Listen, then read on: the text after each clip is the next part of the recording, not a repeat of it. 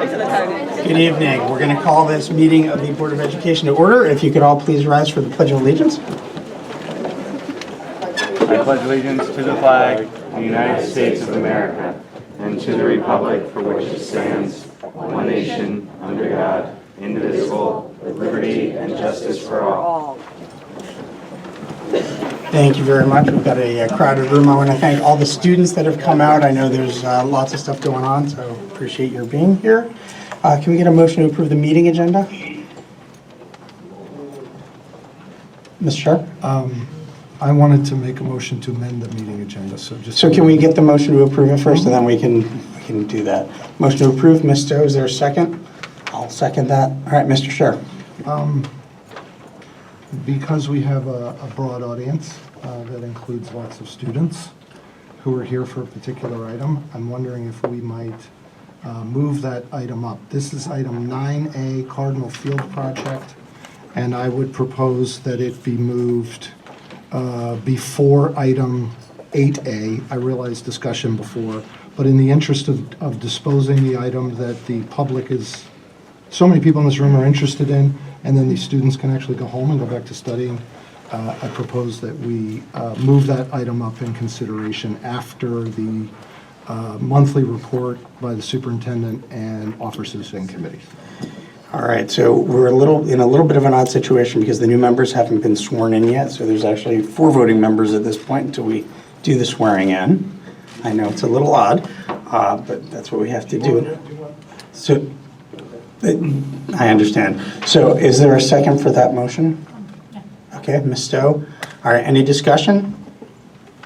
So the motion is to move the first action item up on Cardinal Stadium before the discussion items, and then we would go back to our regularly scheduled agenda. All right, any further discussion? All those in favor? Ms. Olson? Aye. All right, so that passes 4-0 because we only have 4 voting members. We're going to get there. All right, next up, our consent agenda. Is there a motion to approve the consent agenda? Move as amended. Oh, yes, I'm sorry. All those in favor of accepting the agenda as amended?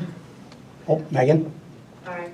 All right, so that is now for the academic updates. Okay, very good. All right, so is there a motion to accept the consent agenda? Ms. Stowe, a second? I'll second that. All those in favor of accepting the consent agenda? Aye. So that passes 4-0. Thank you very much. All right, so the next item is the school welcome from Mr. Mayo.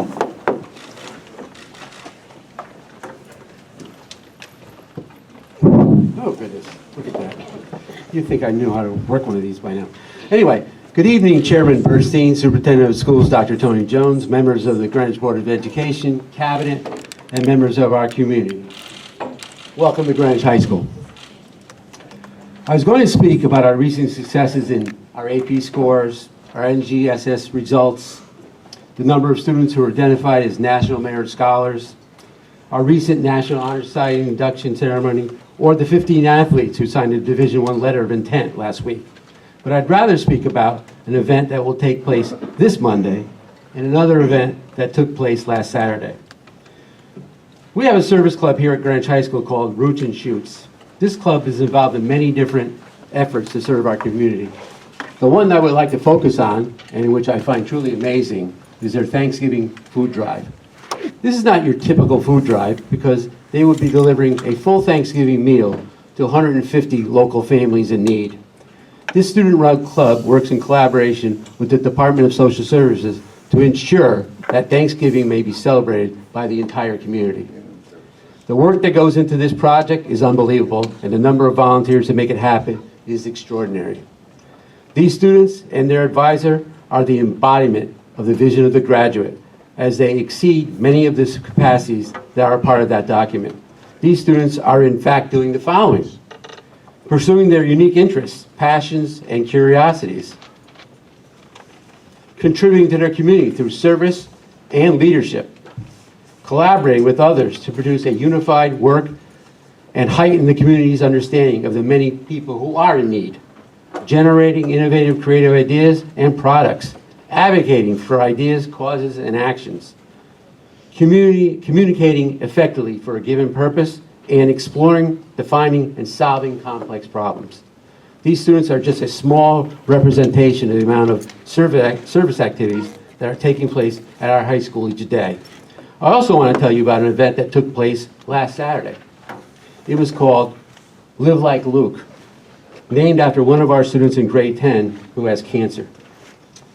I didn't know what to expect when I showed up at Greenwich Point for this cleanup, and I was astounded to see 500 adults and students at the point to ensure that the environment was taken care of just like Luke would have wanted to do himself. These students filled multiple dumpsters with garbage that might have made its way into the Sound. Luke Myers inspired our community to take action, and it was an amazing success. So when we hear about students that are disconnected, are not passionate about anything, and are unable to socialize because they are too busy gaming, think back to the students in Roots and Shoots, as well as the students who participate in Live Like Luke, who care about our community and are working hard to make it a better place to live. These are just two examples. I wish my fingers worked better. These are just two examples of the many reasons that we should all be thankful as we approach the season of giving. Thank you, and enjoy the rest of your evening. Thank you very much, Mr. Mayor. All right, next up is our swearing-in ceremonies. Kim Spizzano, who's our assistant town clerk, could come up and help us, and our new board members, if you would step towards the podium to be sworn in.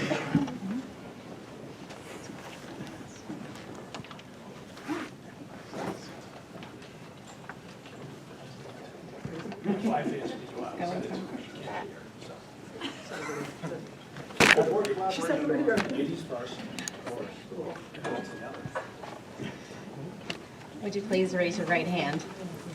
Do you solemnly swear that you will support the Constitution of the United States and the Constitution of the State of Connecticut, and that you will faithfully discharge, according to law, your duties as a member of the Board of Education of the Town of Greenwich to the best of your abilities, so help you God? I do.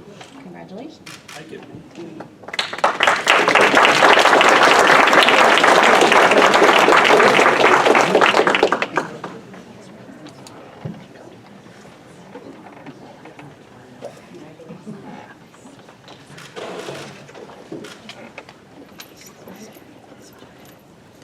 They're about to find out what they signed up for. All right, with that, we're going to move on to the election of officers. For the purpose of this portion of the meeting, Kathleen Stowe will be the acting secretary, and I'm going to turn it over to her. All right. Thank you, Peter. Welcome, everyone. Happy to have this whole new board assembled here.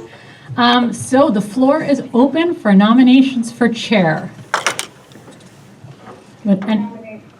Oh, Megan? Peter Bernstein for chair. Okay, is there a second? Second. Thank you, Christina. All right. Are there any other nominations? Okay. If there are no others, this is now closed. Can you please record your vote on your pads and pass it to me?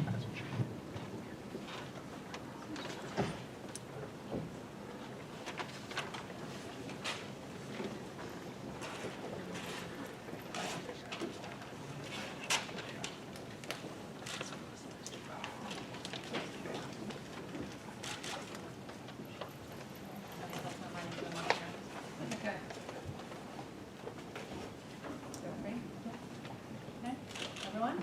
Okay. All right. Karen Kowalski has no vote, so abstain. Peter Scher, also not voting. Abstain. Karen Hirsch, she says chair, yay. You're supposed to write the names. Sorry, supposed to write the name, can you?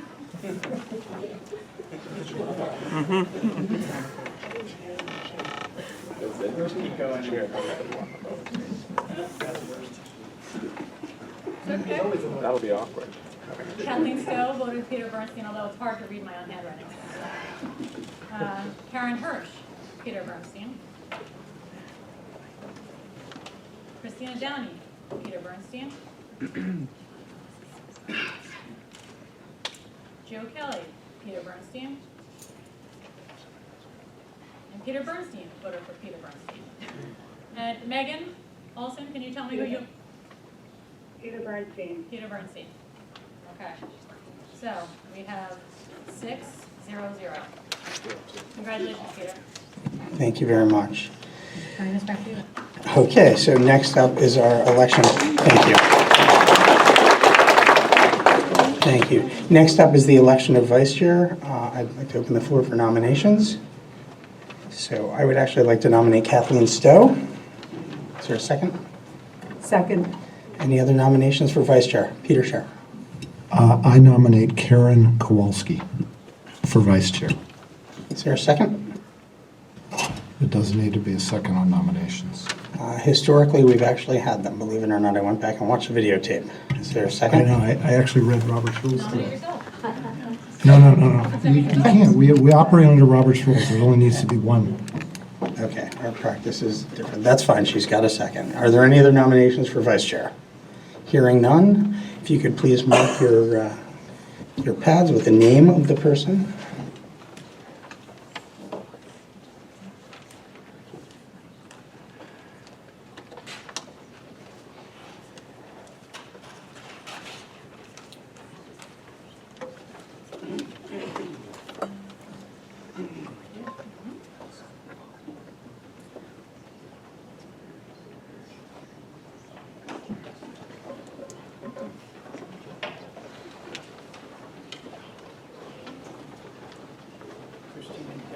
Sorry, Christina Downey for Kathleen Stowe. Joe Kelly, Kathleen Stowe.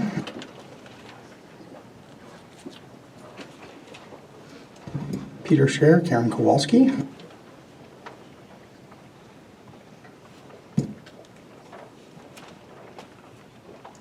Karen Hirsch, Kathleen Stowe.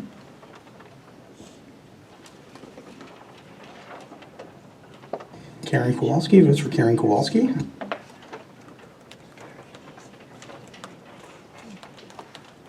Kathleen Stowe votes for Kathleen Stowe.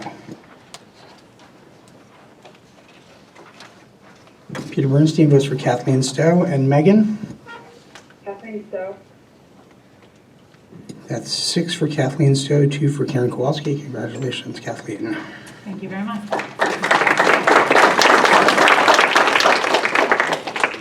All right, next up is the position of secretary. I open the floor for nominations for secretary. I'd like to nominate Karen Hirsch for secretary. I'll second that nomination. Are there any other nominations for secretary? Hearing none, we'll close the nominations. All right, if you could cast your ballot on your pad.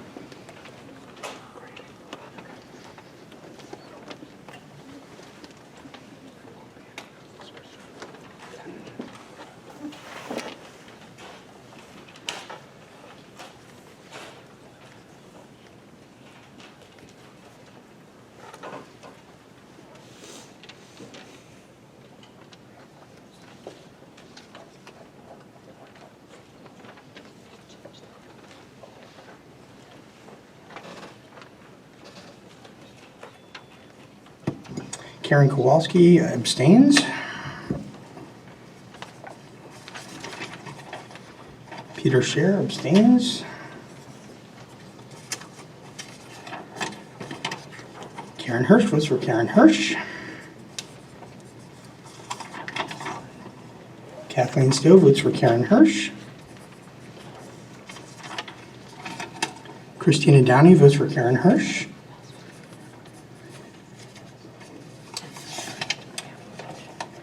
Joe Kelly votes for Karen Hirsch.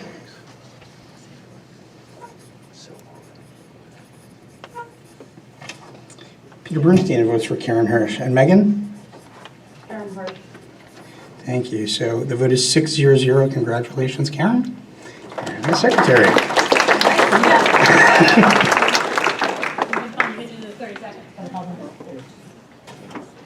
All right, if you give us 1 minute, we've got to move some folks around.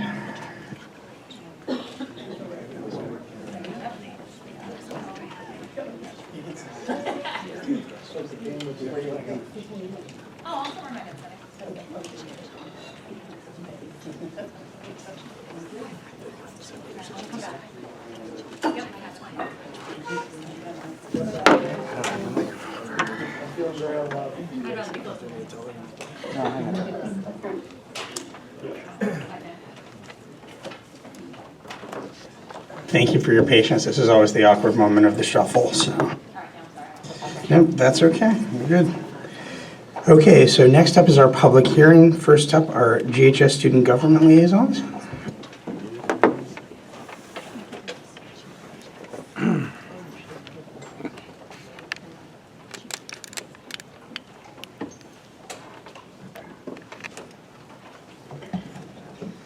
Thank you, Mr. Chairman, members of the board, Dr. Jones, and Mr. Mayo. Good evening. I'm Lucas Gazianis, and I'm the senior class president of Greenwich High School. So before I get started, let me extend my warmest welcome to the new members of the board, Ms. Hirsch, Ms. Kowalski, Mr. Kelly, and Ms. Downey. Congratulations on winning your respective campaigns, and I'm thrilled to have the opportunity to work with you for the duration of this school year. So now let's get started. In terms of tonight's meeting agenda, I want to reinforce that my class and the student body of Greenwich High School remain firmly behind the development of the Cardinal Field project. It can be easy to get lost in months of negotiating and seemingly endless funding obstacles, but I have faith that however the board ultimately proceeds, it will be in the best interests of providing our students with the finest facilities the district can offer. I'll leave all the members of the high school and the community here tonight to speak on the field project on behalf of themselves. In terms of other news, at the Student Government Executive Committee's dinner meeting this month, we had the opportunity to speak with Maureen Bonanno and Terry LaMancha Cataldo, the co-presidents of our PTA. We offered our support to their current initiative to redesign the courtyard outside our student center and optimize it for use by the entire school, as well as other projects they're taking on. We had a very productive conversation, and all of XCOM is excited to have an open exchange of ideas with the PTA this year. This past weekend, as Mr. Mayo discussed, the Greenwich High School Environmental Action Club sponsored a beach cleanup in honor of Luke Myers, a sophomore and a passionate environmentalist suffering from glioblastoma, an aggressive cancer of the brain. An estimated 1,000 people from all across our student government, our school, and our community flocked to Todd's Point on Saturday morning to pick up trash, rallying behind Luke in an effort to support him and a cause he holds very dear. Zane and I extend our continuous support and well wishes to his family on behalf of the student body, and we're delighted that so many people were able to unite at such a fantastic event. So that concludes my remarks for this evening. Once again, I look forward greatly to working with the new board this year. So thank you, and with that, please welcome our student body president, Zane Cotter.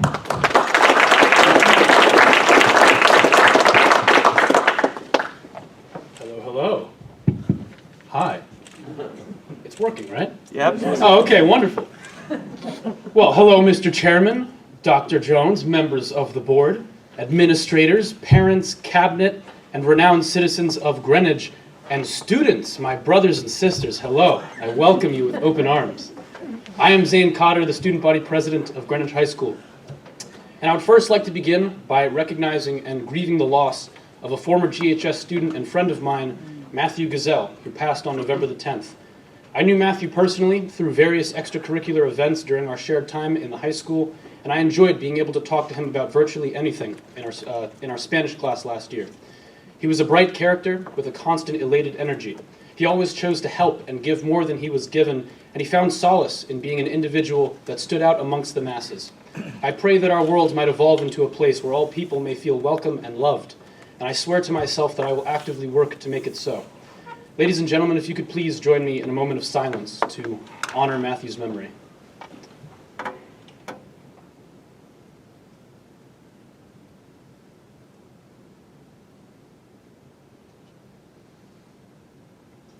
Thank you. We have some new friends on the board tonight. Miss Downey, Miss Kowalski, it is an absolute pleasure to meet the both of you. I have very high hopes for the sorts of things that you will accomplish as part of this board. Miss Hirsch, a pleasure to see you again. And once again, thank you for lobbying for me to sit with Dr. Jones and Mr. Mayo during the homecoming parade. That was easily the highlight of my high school experience. I would also like to express that I agree with your vision for more stakeholder involvement in community projects, especially since we actually met on a committee of such nature. And I have no doubt that you will excel in your new role. You know, I saved you the best for last. Mr. Kelly, otherwise known as Coach Kelly, as in, yes, Coach Kelly, no, Coach Kelly. I'd love to do 20 more push-ups, Coach Kelly. We made it. Feels great, right? For those of you who don't know, I helped Coach Kelly with social media during his campaign, and I have to say that I learned quite a bit about being a leader, a tactful businessman, and a contributor to my community from him. Thank you very much for that experience. In regards to things happening in student government, we actually just passed our first policy proposal of the year on midterm testing. And the proposal essentially promotes the creation of a staggered testing deadline for marking period 2 assessments based on the relative positioning of their midterm assessments. And that might sound very complicated, but theoretically each student would gain an average of 3 to 5 days of study time per class. Seeing as not having enough study time for midterms was one of the largest concerns we received from students during our 2-year student survey period, we thought it best to start proposing policy that would optimize the system we have, and that it should be up to a joint committee of students, faculty, and administrators to determine the best course of action in regards to midterms down the line. Altogether, though, I think we're making strides in the right direction. I'd like to end off with a quote that I heard once, or perhaps created myself. You are your impact. My friends, this is your board now, and how you use this new responsibility will determine the legacy that you will leave behind to the town. Be strong, be open-minded, be resolute, and win. Thank you. So thank you, Zane. Thank you, Lucas. And one day Zane's going to be sitting in this seat. I can assure you of that. All right. Next up is our GEA representative, Carol Sutton.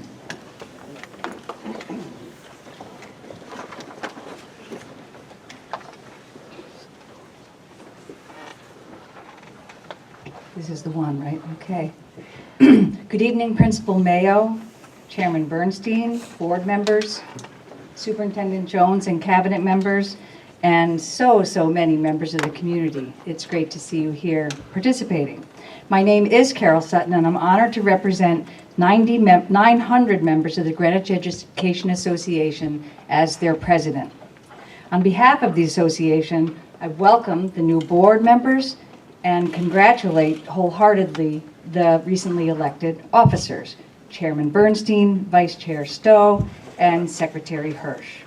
We look forward to continuing to work productively with you during your terms and with Dr. Jones as she continues working with you as well.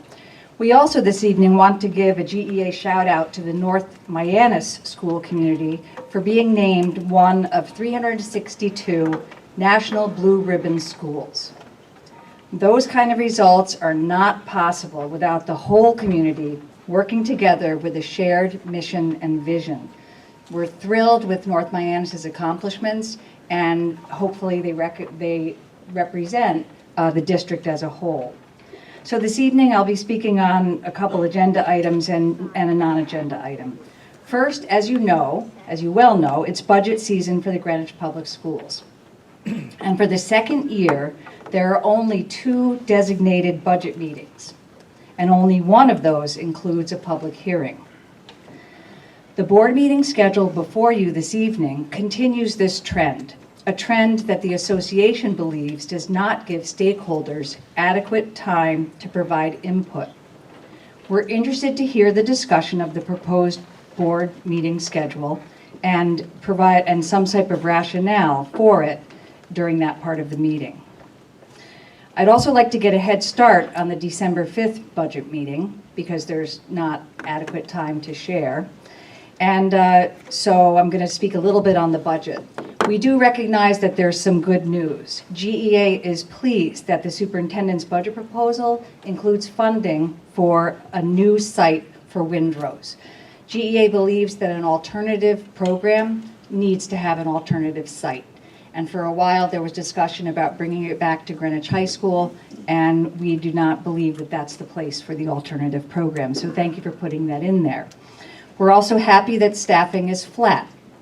Of course, we would like staffing to rise because we believe there are needs that aren't being met. However, flat is okay, and maybe we can convince you otherwise. We're also really thrilled that funding is included to continue and to build the new magnet at Western Middle School with Avid They really deserve that opportunity, and it's been proven to be a wonderful program. We also appreciate the readability of the budget book. For those of you who haven't seen it online, it contains a plethora of information that is extremely important as the board and the community deliberate. It's the upcoming budget for the next school year.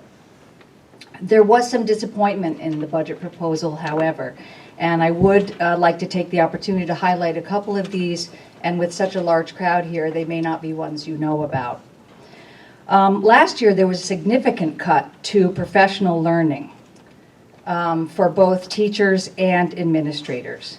And when that occurred, there was an idea that this will be for 1 year only. Well, those monies have not been reinstated. Perhaps we shouldn't have been so naive. The monies have not been reinstated, even though expectations for faculty, in fact for all staff in the Greenwich Public Schools, continue to grow.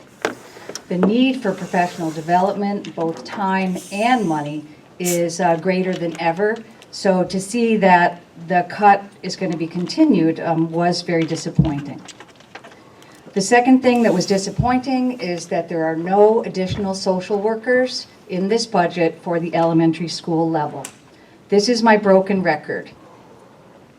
They have not been included in this proposal, even though our youngest learners are coming to us with more needs than ever before. These are behavioral needs, social and emotional needs, mental health needs. And not just in one neighborhood. This is district-wide. It's actually statewide.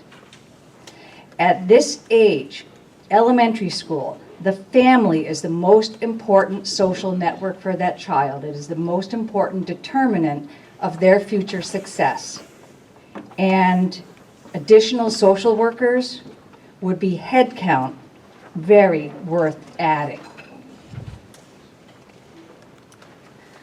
Another thing we were disappointed by, but encouraged that you're discussing this, is to provide an additional guidance counselor and/or administrator for Eastern Middle School. The student body at Eastern Middle School is 225 additional students higher than Western, and 275 to 290 students higher than Central Middle School. For the guidance counselor alone, that's an added load of 75 to 100 additional students. I can't even do that math, how the needs of 75 to 100 additional students would be taken care of by the guidance counselors. The sooner that can be corrected, perhaps even before this budget, the better for everyone. Another aspect that is disappointing the GEA is that the assistant deans at Greenwich High School are still not fully funded. They're funded in the budget book at 2.0, and then we hope that they can evolve. Now, evolve, when it comes to assistant deans, is for all intents and purposes robbing Peter to pay Paul. How many professional assistants does it take to round out your assistant deans? These are people who have saved lives. And there shouldn't be any question that the board would support the full funding of the dean positions.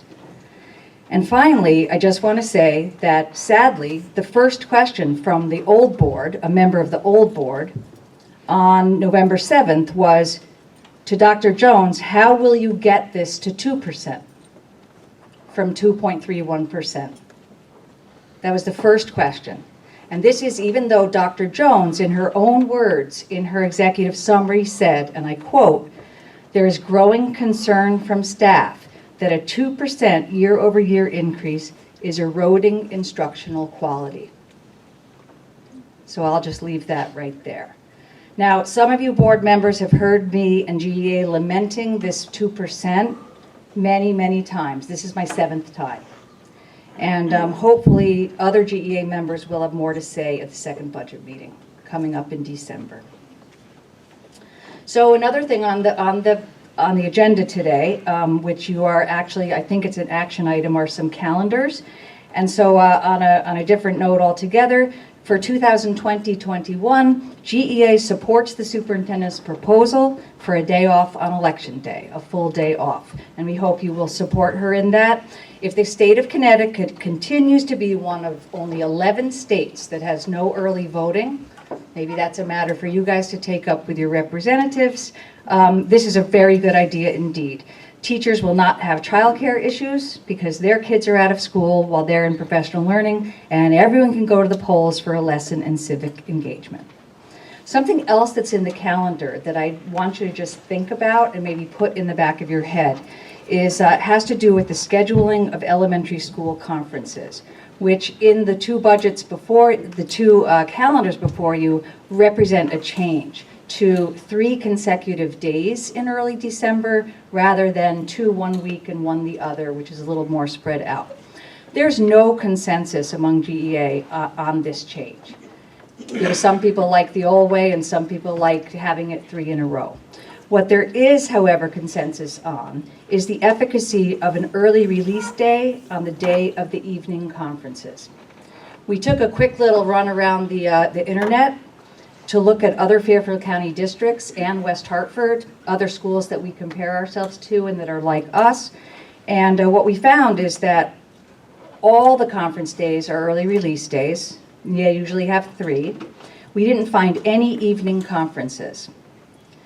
And we also found that many, like us, held their conferences in early December, but many others held them in mid-November, and even a couple in late October.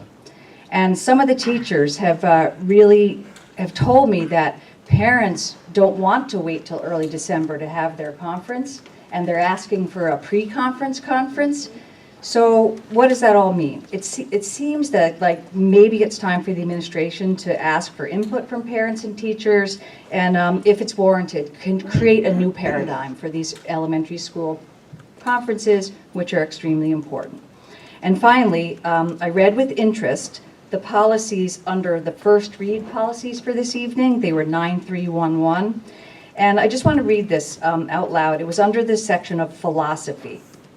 It says in the policy, the Board of Education is committed to excellence in teaching, student achievement, community involvement, and general operations throughout the school district.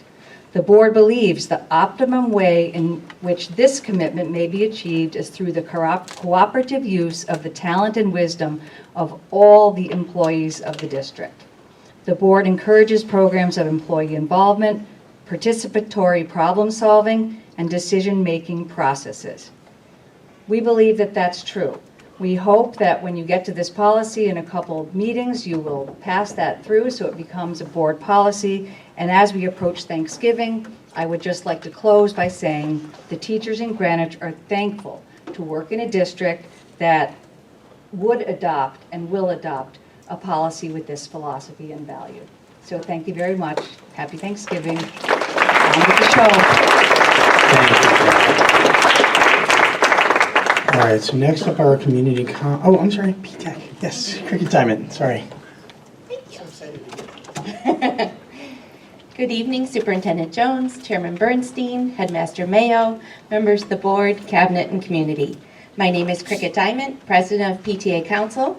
I begin tonight by welcoming and congratulating the recently elected board members. We congratulate Christina Downey, Karen Hirsch, Joe Kelly, and Karen Kowalski on their election to the Board of Education. All of us at Council look forward to working with each member, new and veteran, of this board. We also offer congratulations to the new board officers, Chair Peter Bernstein, Vice Chair Kathleen Stowe, and Secretary Karen Hirsch. We look forward to your strong and collaborative leadership.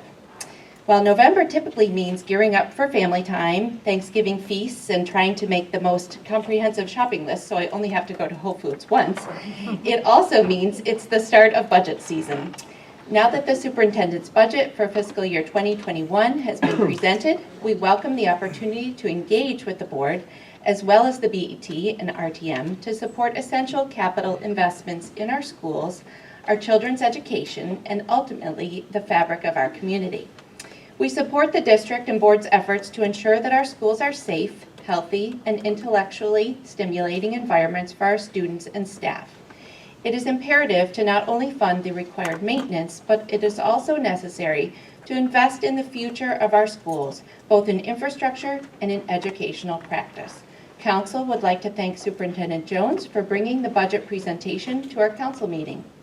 We appreciate opportunities to increase parent understanding and involvement, and as such would like to thank Irene Parisi and all the teachers who have participated in the workshop about personalized learning at the recent Academic Excellence Committee meeting. For those who missed it, it will be available for viewing on the website soon. Relating to engagement and regarding the translation policy first read, Council appreciates that the board finds it important to communicate with families and have engagement with families who speak other languages. We are eager to hear more about the commitment that Greenwich Public Schools is able to make to break through language barriers that exist between schools and the parents of students. It is concerning that school-wide communications will not be translated. These documents are often just as critical as district-wide communications. At the same time, we wonder how PTAs provide the same commitment to these families. Additionally, this policy suggests that there is a family engagement plan that considers the needs of parents of limited English proficiency.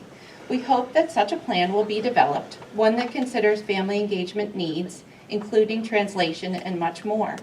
Council has long advocated for better family engagement. We are eager to assist the district in developing a better understanding of family engagement and the ways in which it can be put to work to help increase student achievement. Tonight we look at the ALP Science Program Update and the STEM Report.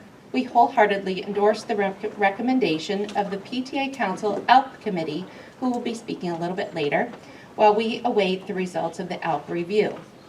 We support a strong elementary and middle school advanced science curriculum that would meet the needs of students capable of deeper inquiry. Under the current delivery structure, advanced science students are not receiving a challenging, personalized curriculum, which is a goal of the strategic plan. We hope that you will give the ALP teachers time and resources to write an ALP science curriculum based on the standards appropriate for ALP students, which would be implemented in fall 2020. In general, the STEM report documents troubling cuts in the line items for all levels of the math and science programs. It is our hope that you will push to strengthen those programs at all grade levels and not starve them of needed resources. On a side note, we recall that program reports, previously called monitoring reports, required the action of acceptance by the Board of Ed. With the revision in policies, we are wondering if this has changed, as no action is scheduled for this or the humanities report, just the opportunity for further discussion. Council is pleased to have a seat at the table for the Special Education Task Force with Key to Ed that was kicked off on Monday evening. We look forward to proceeding with the process and for the conclusion in March with action steps to improve special education in Greenwich. Regarding Cardinal Stadium, we look forward to the discussion and decisions made tonight. Council has consistently advocated for restrooms, changing facilities, ADA accessibility for the stadium, bleachers, and press box. We are also advocating for a secondary egress and exit to the GHS campus, which will improve traffic flow, increase security, and life safety for students and surrounding neighbors. Speaking of safety, Council was pleased to attend the Safety Forum held last night. The safety and security of our schools is extremely important to parents. If you were there, you would understand from the parents that they feel the buildings are not as secure as they would like. It is clear that more funds are needed to secure our buildings. Knowing the Board of Education and town departments understand the importance of protecting our children gives a measure of comfort, and we thank Dr. Jones for coordinating the forum. As we look forward to next week's Thanksgiving break, we would like to thank the board for all that you do for our schools, students, educators, and public school families. We wish you a well-deserved rest and a time of reflection, and maybe I will bump into you at Whole Foods. Thank you.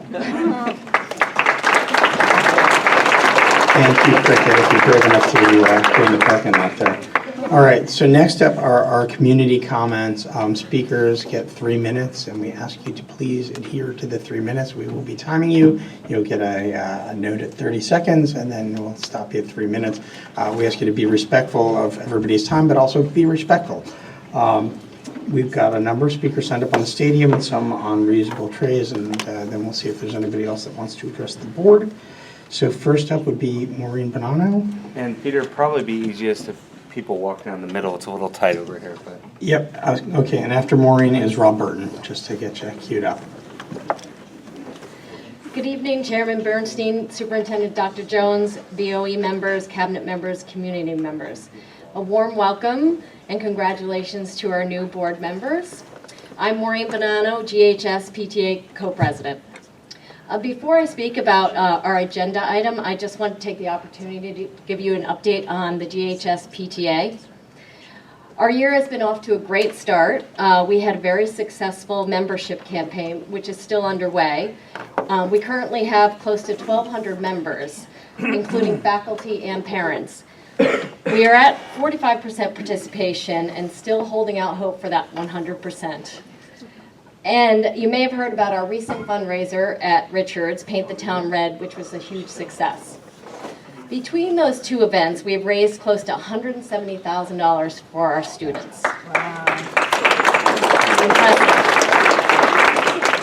So with this generous support by our members, we have helped fund over $21,000 so far in enriching and engaging field trips for over 900 Greenwich High School students. An amazing opportunity recently came up for the entire 10th grade to visit FDR's Presidential Library as an enrichment to their social studies curriculum. With GHS's financial support, that trip will occur this December. Additionally, we have funded so far $3,800 for AP exam fees and SAT, ACT test prep for students with financial need, and $2,400 in school improvements. That's just, until now, so we have a lot more to go. On December 10th, along with the Greenwich High School guidance staff, the PTA will host the college process, what every parent should know about planning for and applying to college. So we hope everybody can join us for this important topic. So now to the agenda item. It's very timely that you're here at Greenwich High School for this important vote on Cardinal Field. We look forward to a safer, more inviting, and accessible facility for our student athletes, parents, and fans.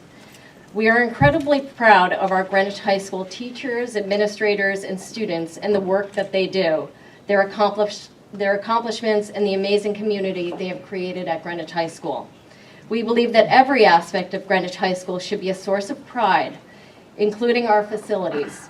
So we look forward to having Cardinal Field as another source of pride in the near future. And lastly, I want to thank Dr. Jones for holding the safety forum last night. Parents were obviously passionate about this topic. I do want to touch on two real concerns for parents of Greenwich High School. The lack of cell phone service in around the fields and in the parking lot. It's a real concern for our parents. I also want to touch on the about the design of the front entranceway. Thank you. Thank you. All right, so our next speaker is Rob Burton, followed by Steph Cowie.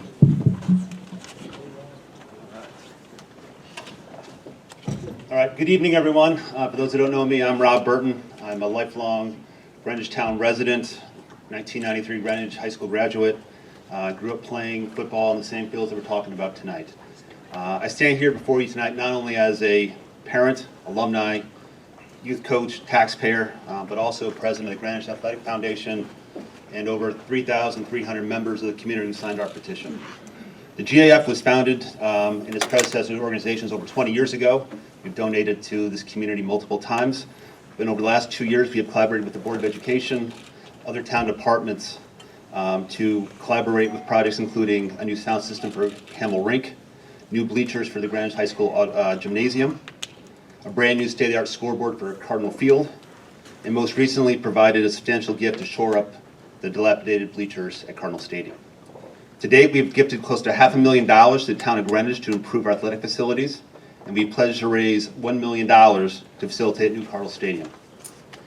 We've also worked closely with the administration the past few weeks to develop a comprehensive plan for Cardinal Stadium.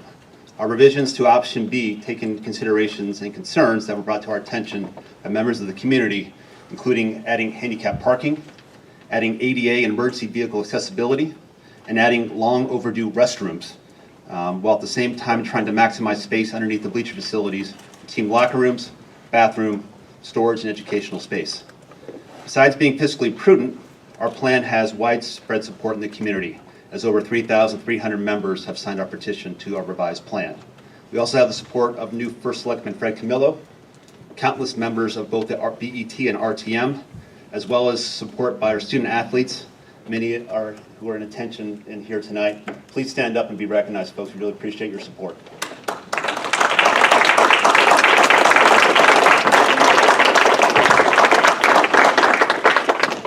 We strongly urge the Board of Education to approve the motion as presented. We believe that this work can happen quickly, and the GF stands ready to assist Dr. Jones, the entire administration, to rapidly complete this work. The time is now to improve Cardinal Stadium. We've gotten 50 years out of the current bleachers. Now is the time to give our student athletes the facilities that they deserve, but also facilities that are on par with a neighboring community. 30 seconds.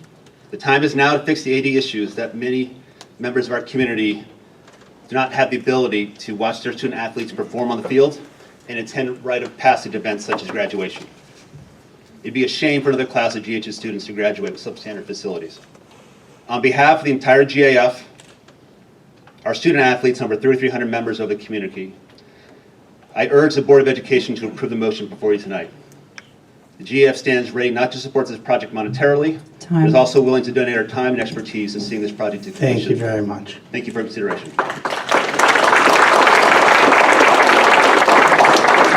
So our next speaker is Stephanie Cowie, followed by Michael Chambers. Good evening, Superintendent Dr. Jones, Board of Ed Chairman, and I'm over here. How are you going? Peter Bernstein and its members, my name is Steph Cowie, and I'm the proud mom of a freshman Cardinal football player.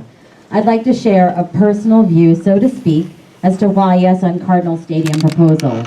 The Rick Hansen Foundation on Accessibility states, whether disability is caused by natural effects of aging or by an accident or injury, the simple truth is that each of us will experience disability at some point in our lives. We need our communities and our spaces to be accessible so that we can continue to participate and live full lives. The Cardinal Stadium proposal is the opportunity to provide decent, accessible sports facilities for our athletes and our greater community. A disabled blogger friend of mine, Cody Darnell, said it best, and I quote, "There are some things in life you have to experience firsthand to truly comprehend the sudden understanding that the society you are now considered less important solely because of physical abilities you have absolutely no control over is one of those things. Firsthand, I experience this every time I come to Cardinal Stadium. I want to paint a picture for all of you. Also, my view is a lot like sitting right here. I want to paint a picture, first, the exhausting roll to the stadium from the handicap parking spaces by the gym. I challenge any one of you in this room to try this in a wheelchair. Once I arrive at the stadium, I go by myself to the fence to watch the game. I am no longer part of the experience. Many times I say to myself, why am I even here? Why did I even attend? Your friends and family are in the stands together for this contest. I look back at everyone and I do all I can not to break down and cry. I am alone, I am isolated, and quite honestly devastated. I watch the game through a fence, not over, through a fence. I try my best to be a spectator and active participant in this contest. The harsh realization is there is no place for someone like me, and I'm not alone. Let's be an example to communities around us. We need a stadium that is safe, inclusive, and accessible for all. As I like to say, we need to be a town of able. And thank you to the Greenwich Athletic Foundation for all of your support through all this. Thank you.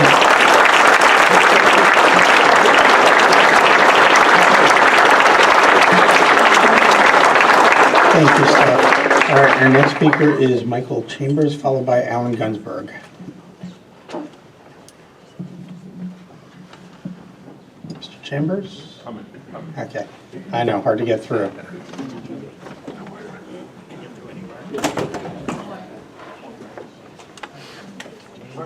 Can you get through? Yeah, I'm through.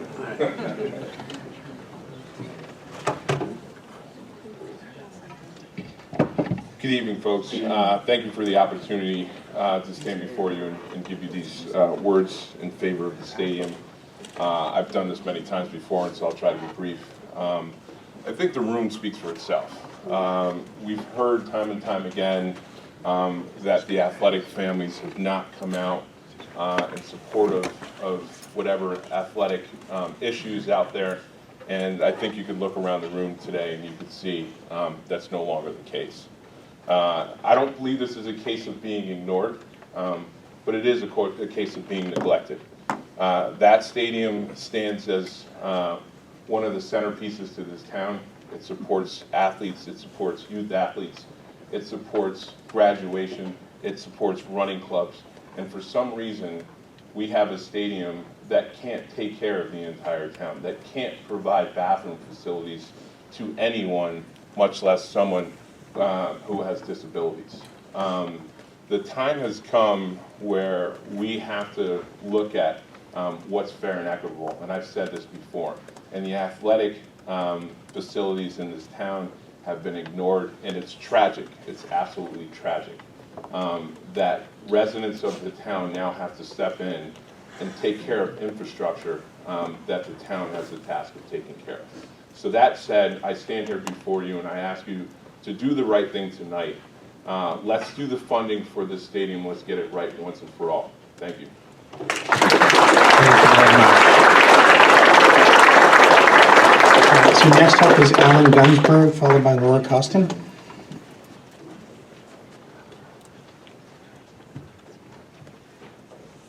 Good evening, board, town. I come to you as a disabled member of the community, a taxpayer, and the board chairman of the First Selectmen's Advisory Committee for People with Disabilities. And I was very concerned as I read the town, the newspaper a couple of weeks ago, where it looked to me like the Gus Lundin and your architect were both saying that we could accommodate people who need to get from parking to the stadium. Title II of the ADA does not allow for accommodations. Accommodations are only allowed in Title I, which have to do with employment. If there's no parking at the stadium will not be compliant. And if the stadium is not compliant, then we've really wasted time and effort. I hope that you guys look at the law and realize what needs to be done here and put together a stadium that can be used by everybody in our town. Thank you. Thank you very much. All right, so next up is Laura Costin, followed by Joan, Stewart, Pratt. Good evening, members of the board, superintendent, and guests. My name is Laura Costin. I wear a few different hats in this town, but I am here tonight as a resident, a taxpayer, and a mom of 3 children in the public schools. And I know you're going to vote on the recommended motion that was circulated as it relates to Cardinal Stadium.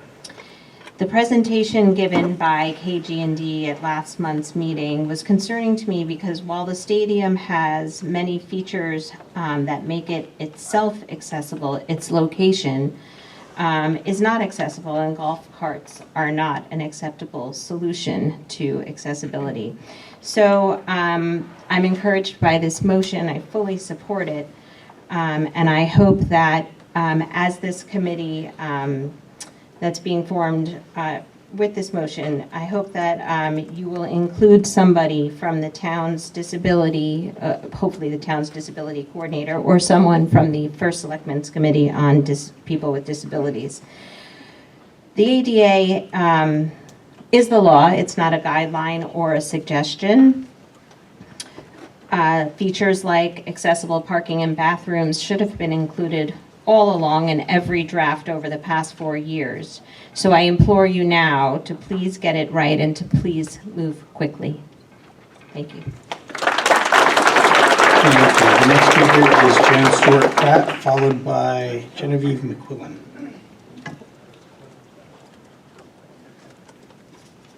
Good Good evening, everyone. Thank you.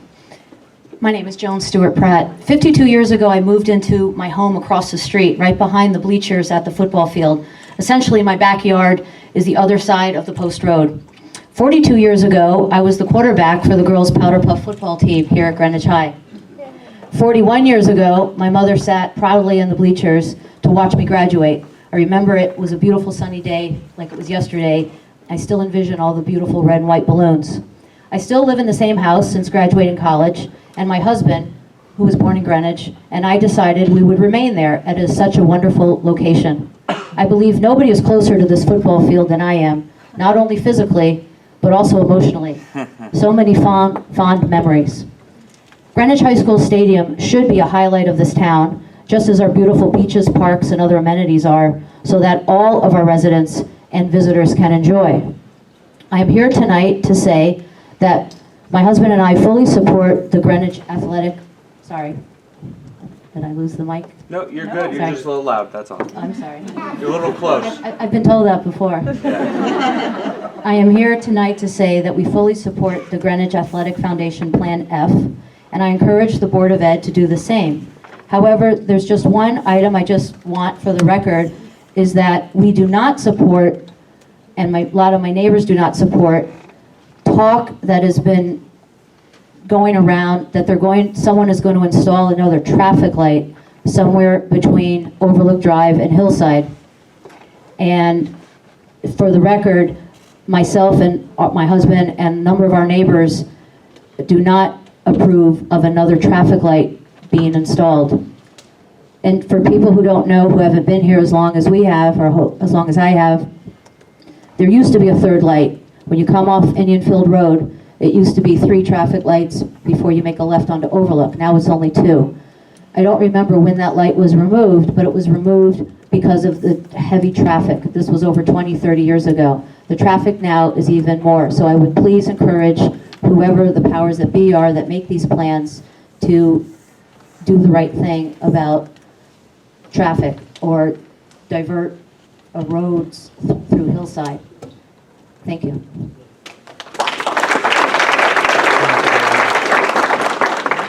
So the next speaker is Julie Deschamps, followed by Neerlin Pearson.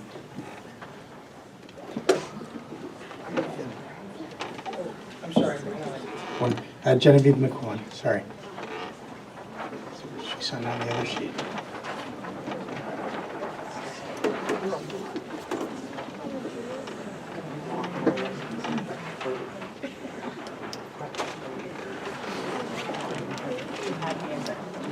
Okay.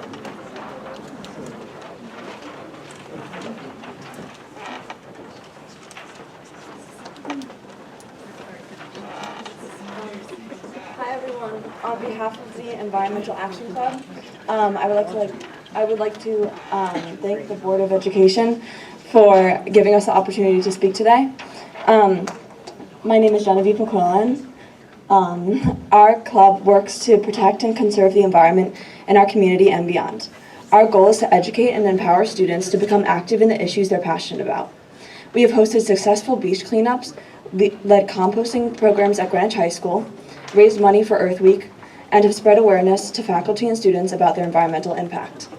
We are here today to support a transition towards the use of reusable dishware and the implementation of a dishwashing system. New Lebanon Elementary School has successfully introduced this proposed model, which can be instituted at all of the other elementary, middle, and high schools in the district. Currently at Greenwich High School, about 400,000 single-use, non-recyclable sandwich trays are used each year. This excessive waste creates an unnecessary cost to the town and to the environment. Hi, I'm Annika Woolley. I'm also in the EAC, Environmental Action Club. And at Greenwich High School, $45,000 are spent on just sandwich trays alone every year. And this cost doesn't even include delivery to the school or transportation to the dump once they leave as garbage bags. Our proposal is to bring reusable dishware, such as stainless steel trays, to the school district. And this would save the town hundreds of thousands of dollars each year if this was throughout the whole school district. Talking cost-wise about these reusable trays and washing machines, the price would be relatively low initially, and they would pay for themselves shortly. Hi, I'm Caitlin, also in the Environmental Action Club, and I wanted to bring up an example in our own community. New Lebanon, an elementary school in Greenwich, Connecticut, has been the kickstart for implementing new environmentally conscious programs. Starting May 13th of 2019, they started using reusable metal trays and dishwashers instead of single-use items. With this new program, New Lebanon has reduced their trash by 80%, producing only 5 trash bags in 1 week with no recorded appreciation of electric or water bills. New Lebanon has been a model that other schools can now replicate. Hi, I'm Emily Harproth, and I'd like to speak about 2 schools in Minnesota that have also implemented new reusable trays. So they set up waste sorting stations, reusable trays and utensils, and then racks and carts for storage. Instead of buying, they had a 44% reduction in life cycle greenhouse gases, and they could result in saving $23,000. And their net use of water and electricity actually didn't change the magnitude of the environmental benefits. So take that into consideration. Greenwich schools have had the opportunity to be on the forefront of sustainability and education. Our school system can serve as a model for others and will catch the attention of those interested in the environment. Biology, environmental science, chemistry, and other classes at the high school have taught students about climate change, pollution, and the environment. And through these programs, we can apply this knowledge on a local level in the schools and within the staff and the students. Thank you. Time. Thank you.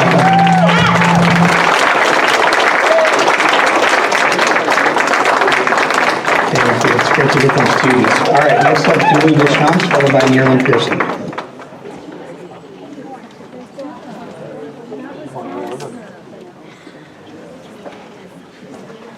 Good evening. Congratulations and welcome to the new board members.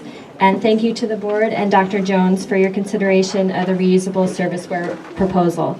My name is Julie Deschamps, and I serve on the Greenwich Recycling Advisory Board. Over the past year, you've heard me speak many times about the need for a more responsible solution for our foodware in our school cafeterias. While the elimination of styrofoam trays is to be applauded, the disposable wares currently in use are not the answer.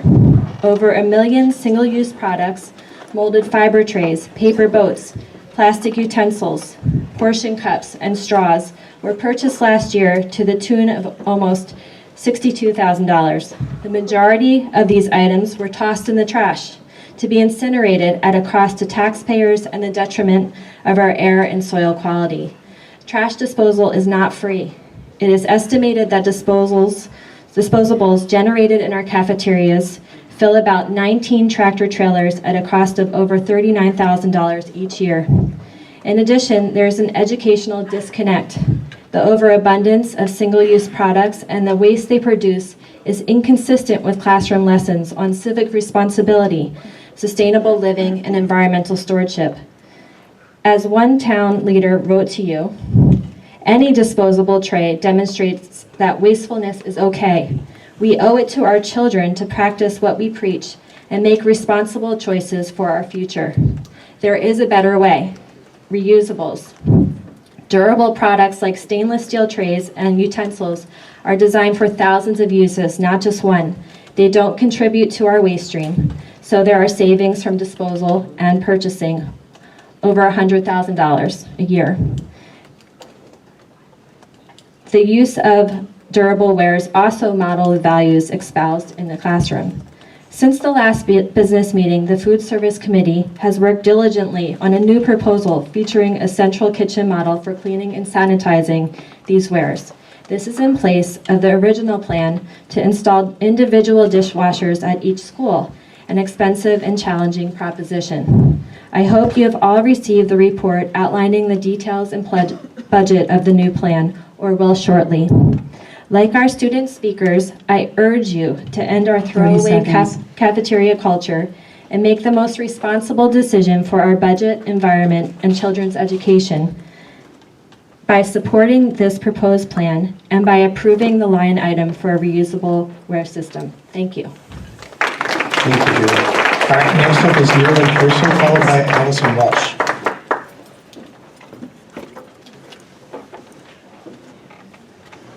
Neerlin?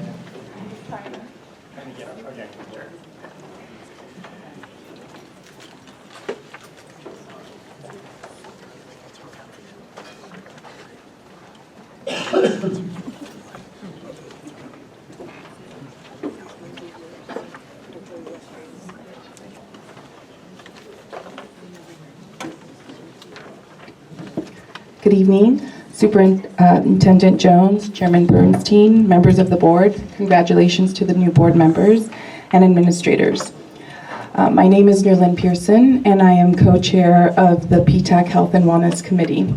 Since it's budget season, we think it's important as a committee to voice our support for the new proposal of the reusable foodware and centralized dishwashing system in our district. Countless hours of volunteer time is being spent in cafeteria lunchrooms throughout our district, educating students on the importance of recycling and eliminating waste. Students are being taught to value natural resources and practice environmental stewardship. As leaders of our community, we ask for your continued support and commitment by approving the necessary funding to make reusable ware in our schools a reality for the 2020-2021 school year. We're asking you, the administration, and our town leaders to become part of the movement that is already taking place in the Greenwich school cafeterias, a movement that is focused on protecting our students' health, protecting our community's environment, and reducing waste and cost in our town. Thank you.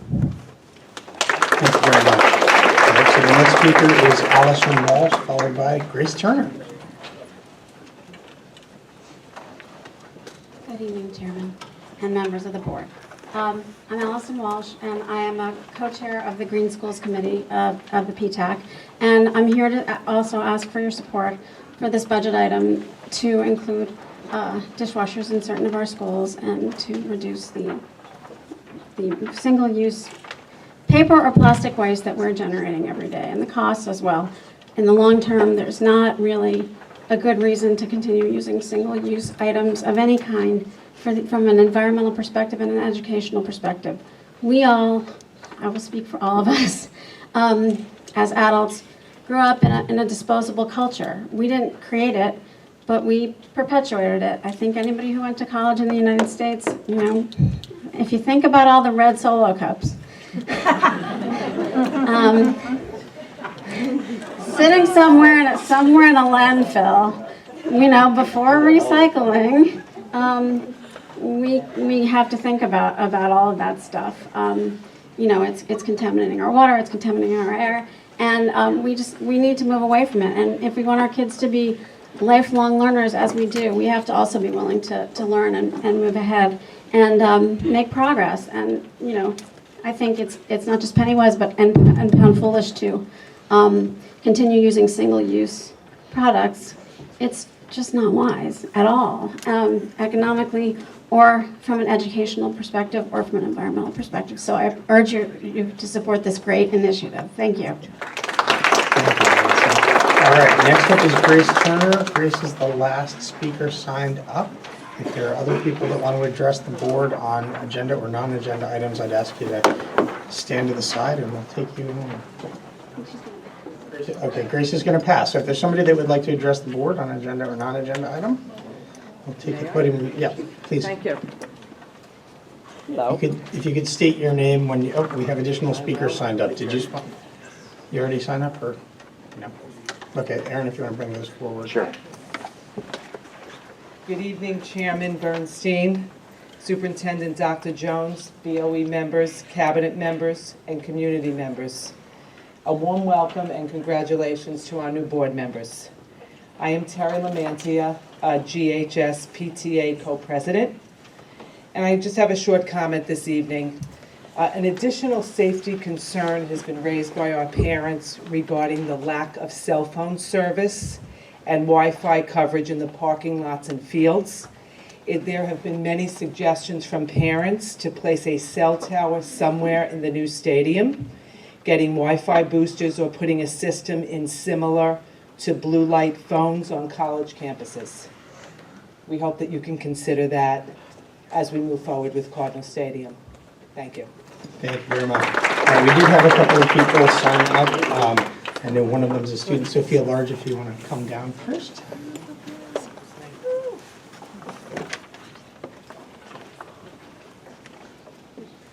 Hi everyone, my name is Sophia Large. I'm in 6th grade at Western Middle School.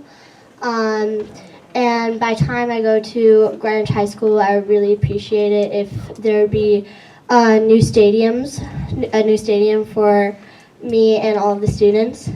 Thank you. Thank you. Happy Thanksgiving. Thank you very much. All right. Scott Griffith. And then after Scott will be Sally Davies Grab. Hello.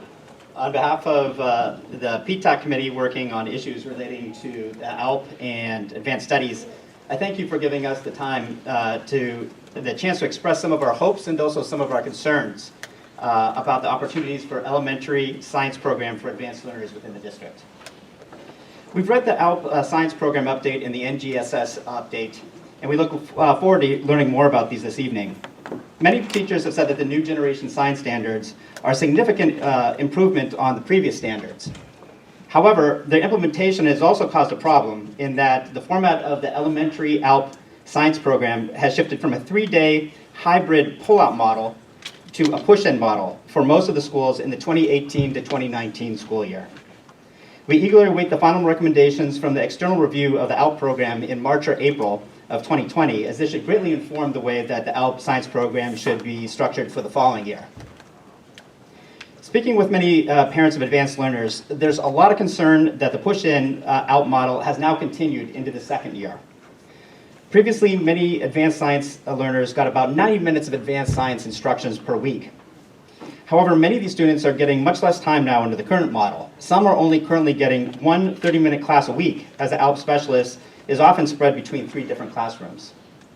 We've also heard anecdotes of some advanced learners even receiving less time with a specialist because there's much more complicated scheduling inherent with push-in models.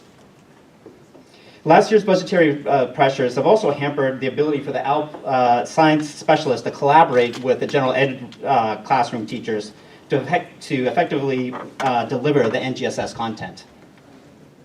While the ALP review is going to come out in March or April of 2020, the board is already hard at work on the 2020 to 2021 budget.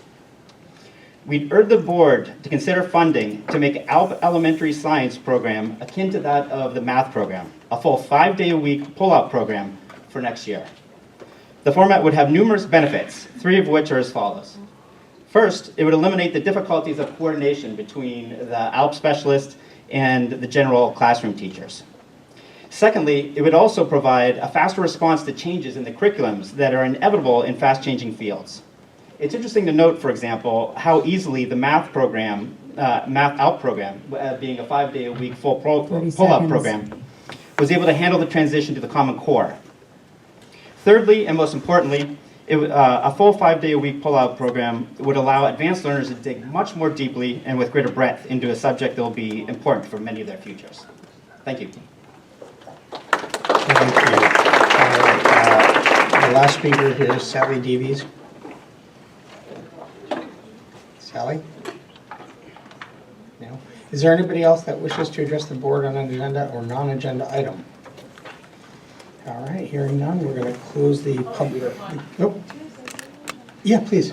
Just come on up and state your name. It might be easier to come down there.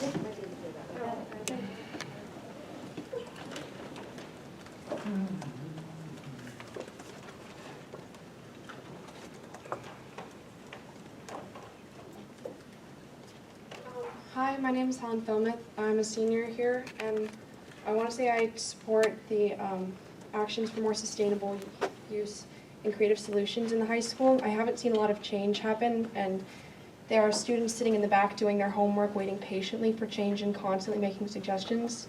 So I urge you to be creative and considerate with your thoughts regarding what students say. In addition, I want to, I would like to, I don't really know how the process works, but I wanted to talk about being more mindful and addressing stress and mental health in the high school in a more clear and diligent way. I recently learned that one of my friends from last year committed suicide in his first year of college. And I think I'm a representative of student government, but a lot of the things we hear is there's always a stress breakout group. There's always a group of students working to try and figure out solutions to de-stress the high school and be more aware of mental health issues. all I'm saying is we need more help from adults in this situation and more guidance with teachers educating students about their peers. Thank you.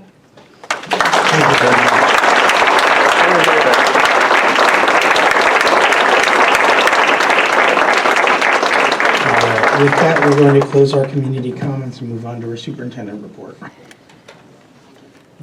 Well, much of what I had on my list has already been mentioned, so it's going to be very short. We do have reusable ware and dishwashers in the current proposed superintendent's budget. So I just want to make sure those of you who've been advocating for that, it's in the capital budget. So it's a little bit harder to see in there, but it is in the budget. We hosted a kindergarten meeting for our incoming and new kindergartners and met a lot of our new families, which was the second time we've hosted that, and that was an excellent evening. I do want to mention that Key to Ed, I know somebody mentioned it as well, the Devising Seminar Task Force for Special Education. We held our first meeting. It was an excellent meeting, lots of input, and we will be hosting more, but we also will be having, putting out more information for the community because there will be an opportunity for those who want to speak with the consultants in an anonymous way if they choose to offer their opinion to the consultants. The safety forum last night was excellent. We took away a lot of great information. The chief of police was with us as well, and so we were already addressing some of those issues today, so I just want the parents to know that we're there, that we heard you. And last but not least, I'll just mention also North Miamis did travel to Washington, D.C. Thank you for Dr. Ann Carabillo for going with North Miamis to be honored for Blue Ribbon. So thank you. Thank you very much. All right, so next up is reports of officers, committees, and liaisons. I think PGC. So what do I use here? Should I just use that? It's fine. Yeah, give me a second. Sorry. I wasn't interested. I know. I haven't switched it up. I never have been able to my feet for years. Why don't you go ahead with that and we'll... This is fine. We got it. Don't worry about it. You can hear me, can't you? Yep. Okay, thank you. All right, I have a lot to say. I have a lot of updates, all these committees I'm now on. So PGC, let me just say, Gaetan, are you here? She's back there behind me. She's my moral support. And Barbara O'Neill, literally, we're working until 5 o'clock tonight. So they served us for a really long time and just didn't know how to stop. So I just wanted to give them a shout out because they prepared me so well for all of this, and I'm a little bit sad to be the only person left on this committee. But moving forward, I wanted to say that Gaetan was good enough to send out to the board a policy committee annual report tonight, and it will be posted on board docs hopefully after this. And one of the things I think that should be noted is that over the past 2 years, which these two spearheaded, we've transitioned completely to K policies, and we now have adopted 350 policies. So that is huge. What is left is really just one section, and that's all the zeros, which is the missions, goals, and objectives. Of course, that means that we now have to go through the process of deleting some of our old policies because they are duplicative. And that we are going to begin, and that is in the annual report, so I encourage the board to look at that. That's for PGC. Since I'm sitting here, I'll also update you on the Athletic Field Study Committee, which I am working with the Parks and Recs Department on. Ralph Mayo was good enough to put me on that committee last year. Thank you so much. And the good news is that we have just selected a consultant that we're going to be working with, Weston and Sampson, and we will be having an org meeting shortly with them, and then I'll certainly update you on the process after that. And last but not least, obviously I'm not the chair, but Peter and I are the only two that remain on the budget committee right now, and so I just thought I'd let you know that we have met twice, and we're hopefully providing the administration some guidance on operating and capital. Thank you. Thank you. I'll just, as chair, say you won't be alone on the committees, so for the board members, I'll be sending out a link to a survey listing out all of the committee positions. I'll ask that you please return it as soon as possible. We will put it on the next available agenda because we really do a lot of our work in committees, and those committees report back to the board so that we can take action. So look out for that link. I'll try to get it out in the next day or two, and then please be quick with replying. What I then do is bring that list back to the board, and I'll probably call you and ask for thoughts on things as we go through it. The other item is we're going to do some orientation for the new board members. Dr. Jones and I have already kind of started talking about that. We'll get that scheduled. We have some upcoming board professional developments. We may be able to use some of that time to do that, as not to add additional meetings to your life. Trust me, you're going to have a lot of meetings in your life. With that, we'll move on. So we moved the Cardinal Stadium action item up. And if you give me 1 second, I just want to open my computer.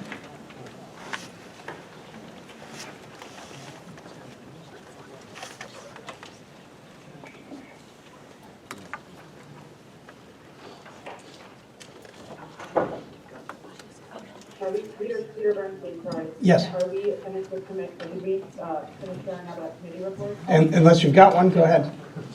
Well, I just wanted to indicate that there are important people things. DDAC Distinguished Teachers Awards.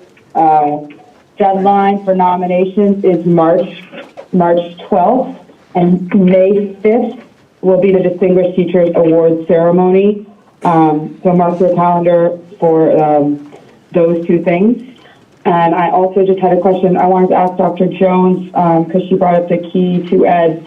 I just wanted to ask about, I know that UConn was dropped because of unforeseen scheduling conflict. I just want to know if there was any more information as to why the switch, other than just scheduling conflict. We were actually already going to be working with Key to Ed, and it wasn't actually a scheduling conflict. It's for personal reasons on the consultant's behalf. I don't understand that. Can you say more about that? I was confused because the email said unforeseen scheduling conflict, so I just didn't know. So the scheduling, so it wasn't a scheduling conflict then, you're saying? It was the consultant, personal reasons for that. Yes. Could you please repeat it? Yeah, whoever's got Siri. Dr. Jones, can you, I'm confused by that, by the relationship between Key to Ed and the UConn work. What, I didn't understand that relationship that Ms. Olson was talking about. I think she was just asking, she was thinking we switched gears. We always had the UConn and Key to Ed, which is what we had presented at the meeting, previous meeting. And I believe, if I understand her question, she's asking what happened to the UConn professor that was working with us. Yeah. Okay, so, but just by way, I mean, we can talk about this when we get the schedule. The special education review, such as it is, it's kind of ad hoc, right? This predates you, Tony. There were some of us who were advocating for a comprehensive review. There were others who were kind of piecemealing, for lack of a better term. I understood that the first step, which was a small step, not a comprehensive review, was to get some consulting, a review and consulting from the NEAG school at the University of Connecticut, and that they were supposed to be reporting out shortly, correct? We were hoping that we were going to be able to work with the professor. We actually started the process. Did you want to add? No, well, actually, before we get there. Yeah, we actually started the process. We weren't getting as quick of a response as what we would like. We also put a survey together in working with the subcommittee for the PTA Special Education Committee, but there was not a lot of satisfaction with the survey, wanted a lot of changes, and it was not going in the direction we wanted because we weren't getting the response from University of Connecticut for personal reasons for the professor. Okay, considering that thing's been going on for months, that's kind of, okay. And then Key to Ed, which you sent the other day, their specialty is quite narrow from their own, their specialty is, I mean, I don't want to get into special ed, but we need to hear this because I will tell you, we've been through this drill before without you being here. And when the board has talked about having a comprehensive review of the program, and more often than not, it's been narrowed by the administration. And in a lot of cases, it winds up being a review of very small elements of process. For example, Key to Ed, as I understand it, I appreciate you sending that out the other day. When I look at it, their specialty, their stated specialty is a particular approach and model for conducting PPT process, IEP and PPT processes. It's not comprehensive. It's a narrow part of essentially the process. Good, nonetheless. But I guess at some point, I'm interested in getting what is the full picture of the plan, because this feels very piecemeal. And considering we've been calling for essentially a review of this program now, this will be the third year. It seems to me to be important that this whole review is somehow reset and properly presented to the board in a comprehensive way of what the new plan is, given that the consultant that was retained by the University of Connecticut is unable to support the program or whatever. I think I'd like to get a more comprehensive picture if at some point, if we could.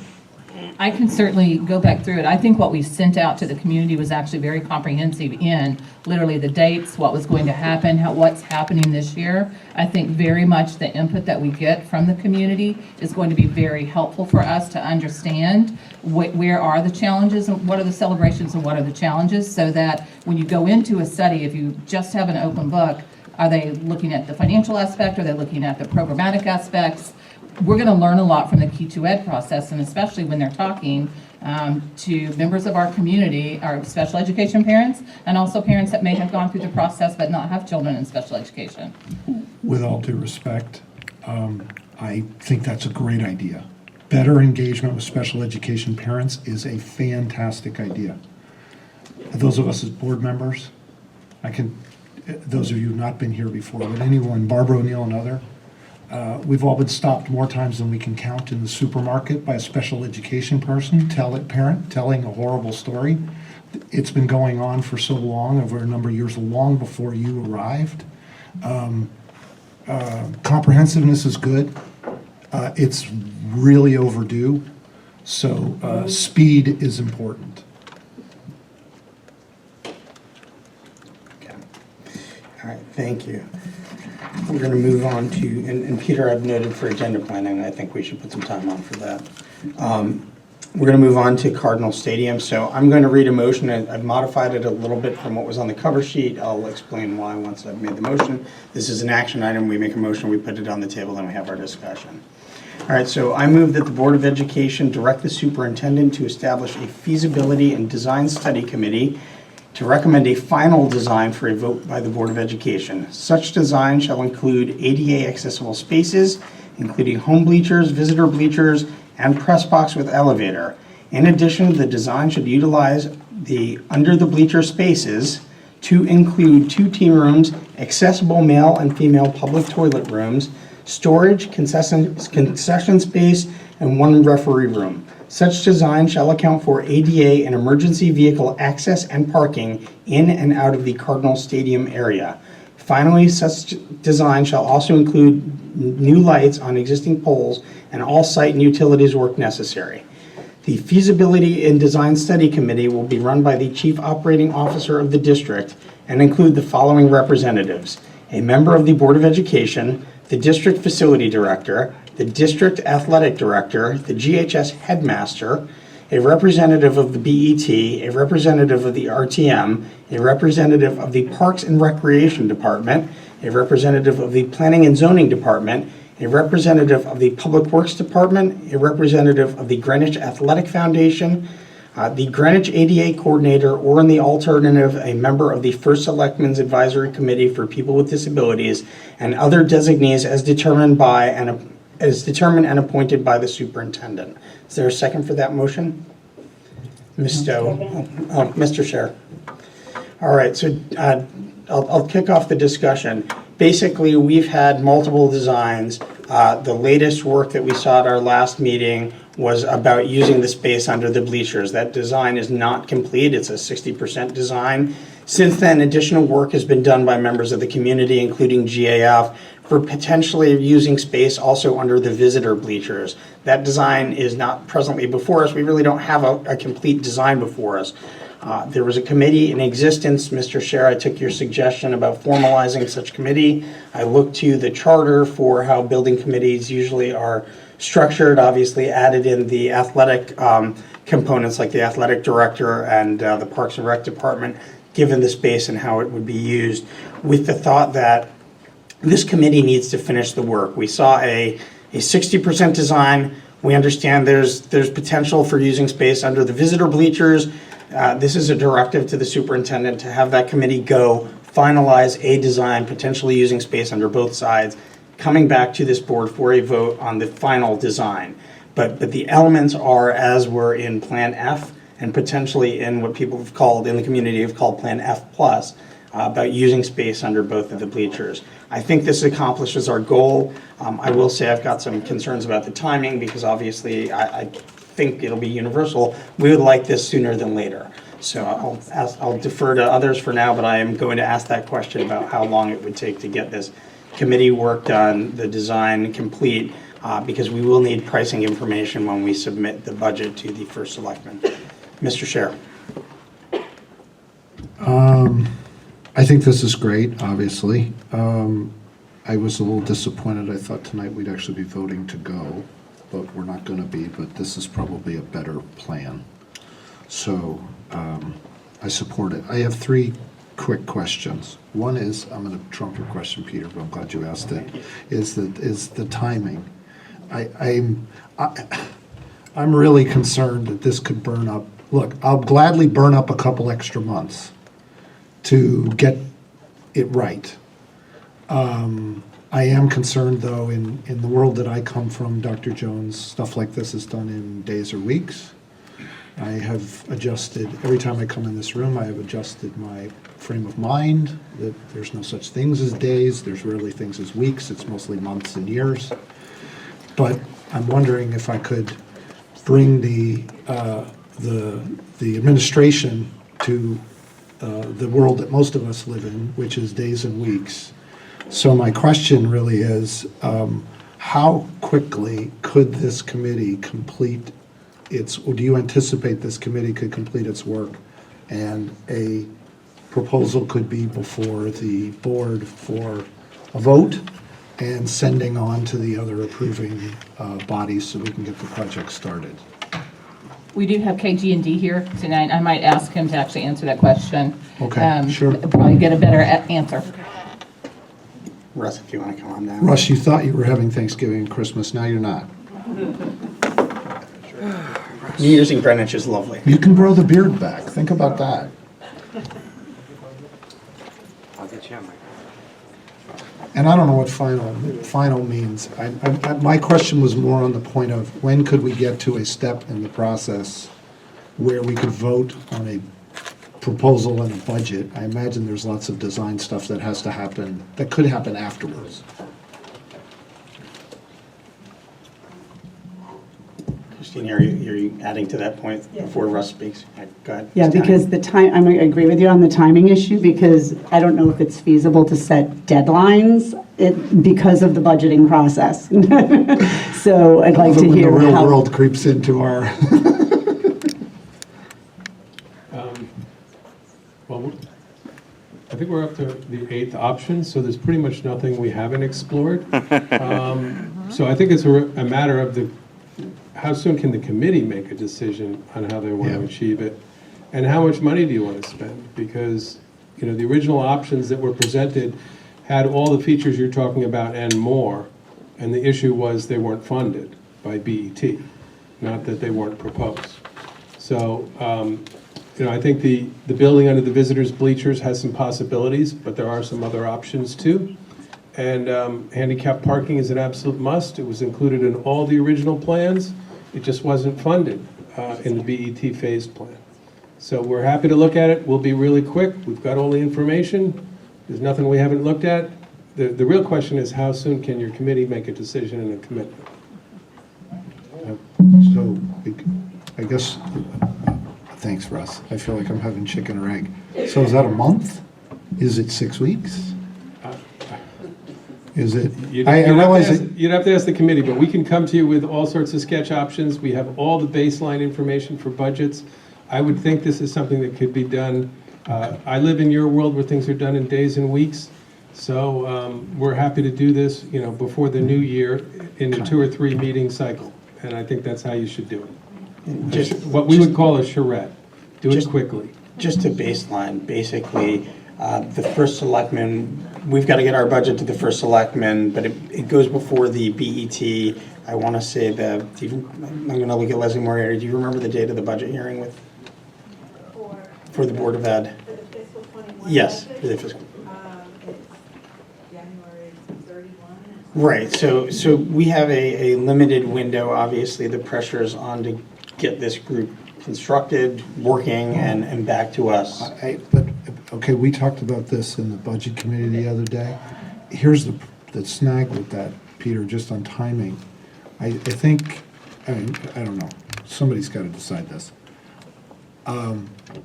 This budget is this project, as scoped here, is partially funded already, right? So we as a board would need to ask for an addition of some size, 2 million, 4 million, who knows what, right?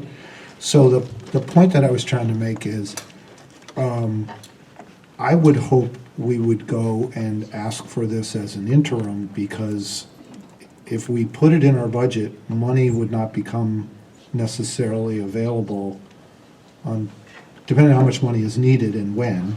It's not available till July 1.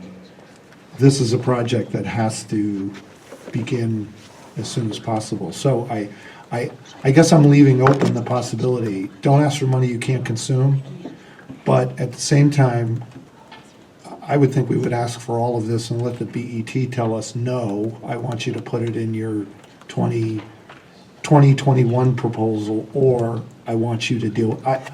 For me, I guess I'm just trying to signal speed, quickly, decision, soon, progress, break ground, MI, faster, quicker. I thought we were smelling the project for tonight. Now I realize that the pie's going to be at Christmas, maybe. I'm still hungry. Ms. Downey. And to the budget point, because that was going to be my point, is the question is what if we have the committee comes back with a plan, and we're saying a plan that is more than we feel we can spend, or that we feel comfortable spending or asking. I just don't know if we have the parameters. You know, if we do the second side of the stadium, if we do the visitors majors, what the incremental cost, like we kind of all have that 6.1 number in our head, but if it turns out to be 9.1, I'm just playing, we don't know, because, and so would it behoove us to set a cap? I'm just asking for the committee to say not to exceed a certain number. I'm just throwing it out there for consideration. Yeah. And I'm kind of where Peter is. I mean, I went back and I actually met with GAF because I wanted to see what they had done. I looked back at the numbers that the cost estimator and KG&D had provided us. Basically, I think you're looking at another $1 million and change to do the bleachers on the other side. You'll have to do additional site work for a road if that's for the accessibility, and that bridge, which I think could be a significant cost item, would need to be increased to allow for car traffic if the traffic is coming from the school versus coming off of the post road. So that's something that's got to be explored. Mr. Kelly. First things first, how long is it going to take us to put this committee together? I mean, I'll look to the superintendent. She's got the list of names. I would start working on it tomorrow. Ms. Stowe? Is this working, Aaron? Okay, thank you. We did talk about this whole budget. I think that this committee comprises hopefully now everyone in the community that can give us a sense. For example, for the BET, like you made that comment, Russ, that we didn't have the BET can then shoot it down. Well, at least if we have a member from the BET, they can, obviously they're not going to speak for all 12, but they can give us a sense, right? And a member of the RTM and everybody else, selectmen. I think that speed, but having everyone in the room, hopefully combined, and we sort of set a December 31 deadline, and we're making decisions in the new year. That would be a good way to start 2021. Ms. Olson, did you want to say anything? Make sure we're... No, I mean, I'm completely on board. I think it's something that needs to be done and needs to be done right, needs to be done fast. So I'm 100% on board. Mr. Sheriff. Are we done with timing? Because I had two other questions. We done with timing?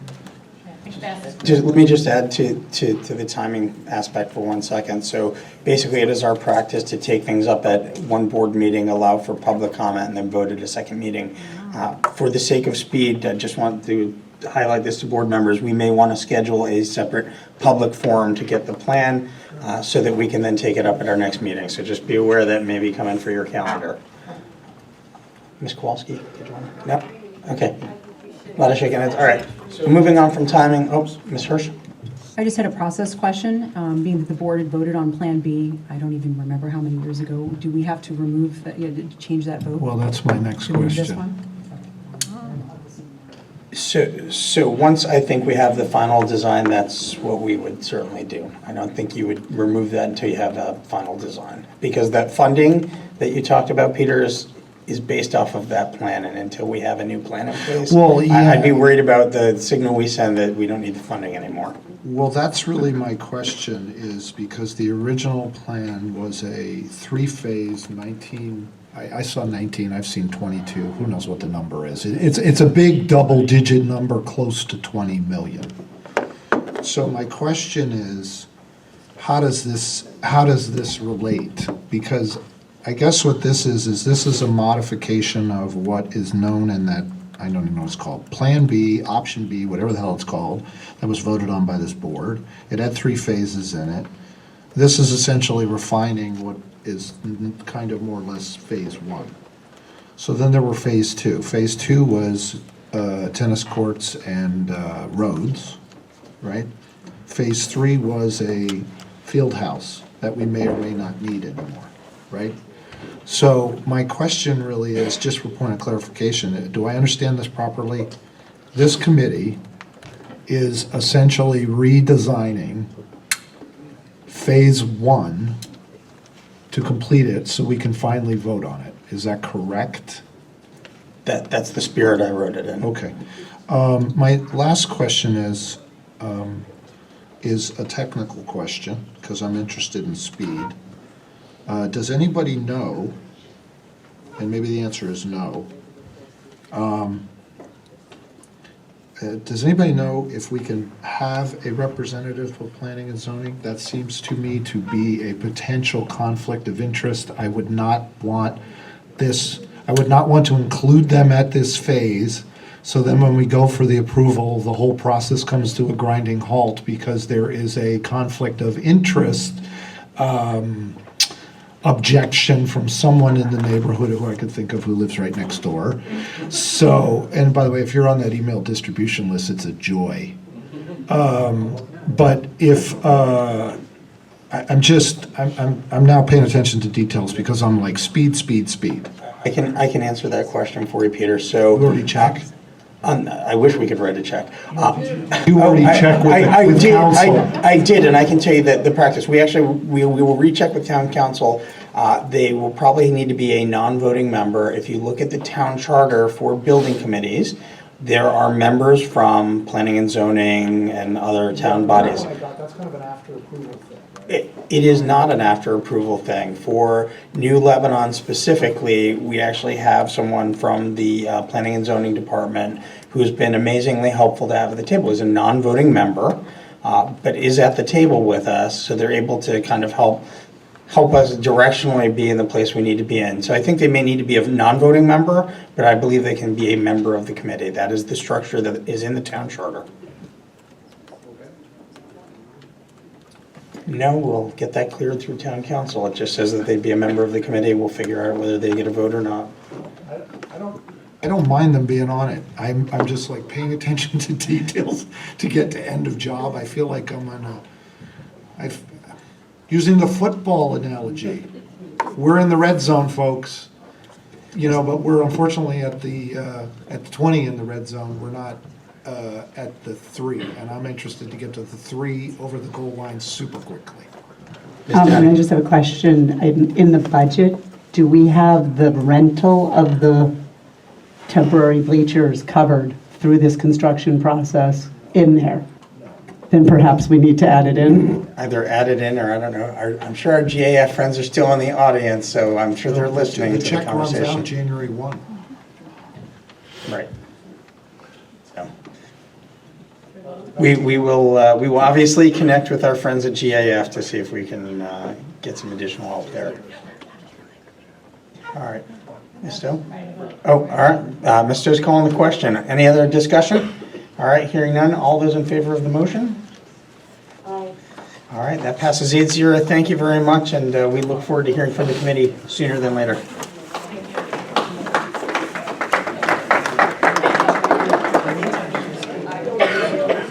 All right, thank you very much for everybody that came out and supported, especially the students. We always appreciate that.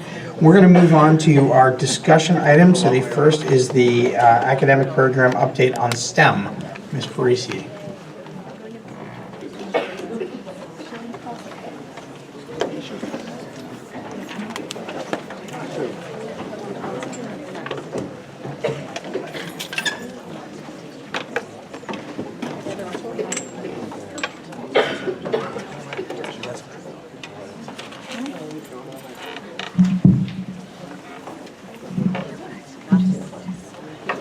Good evening, and welcome and congratulations also from us to our new partners in education, our new board members. And congratulations, Peter Bernstein, as the board chair. We appreciate the consistency in the board leadership. In your board packet, you have the academic report for STEM. This is also followed by the NGSS Science Curriculum Update and the ALP Science Update. Combined, these provide a comprehensive overview of the components of our district science and math program, and also show you the combined consistency, coherence, and illustrate our commitment to assuring all learners K-12 have access to a rigorous, relevant, future-ready, and a fun learning experience.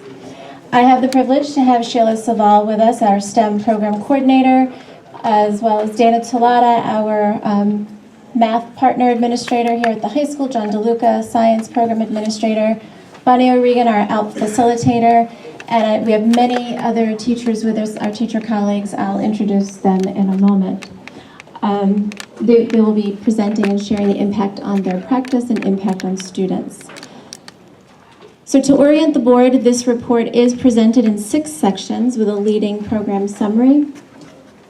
You'll also notice there's an inclusion of just our outline and an overview. Our program goals is in section 1, and that begins on page 3. Section 2, the cost, which begins on page 4, the cost of the program.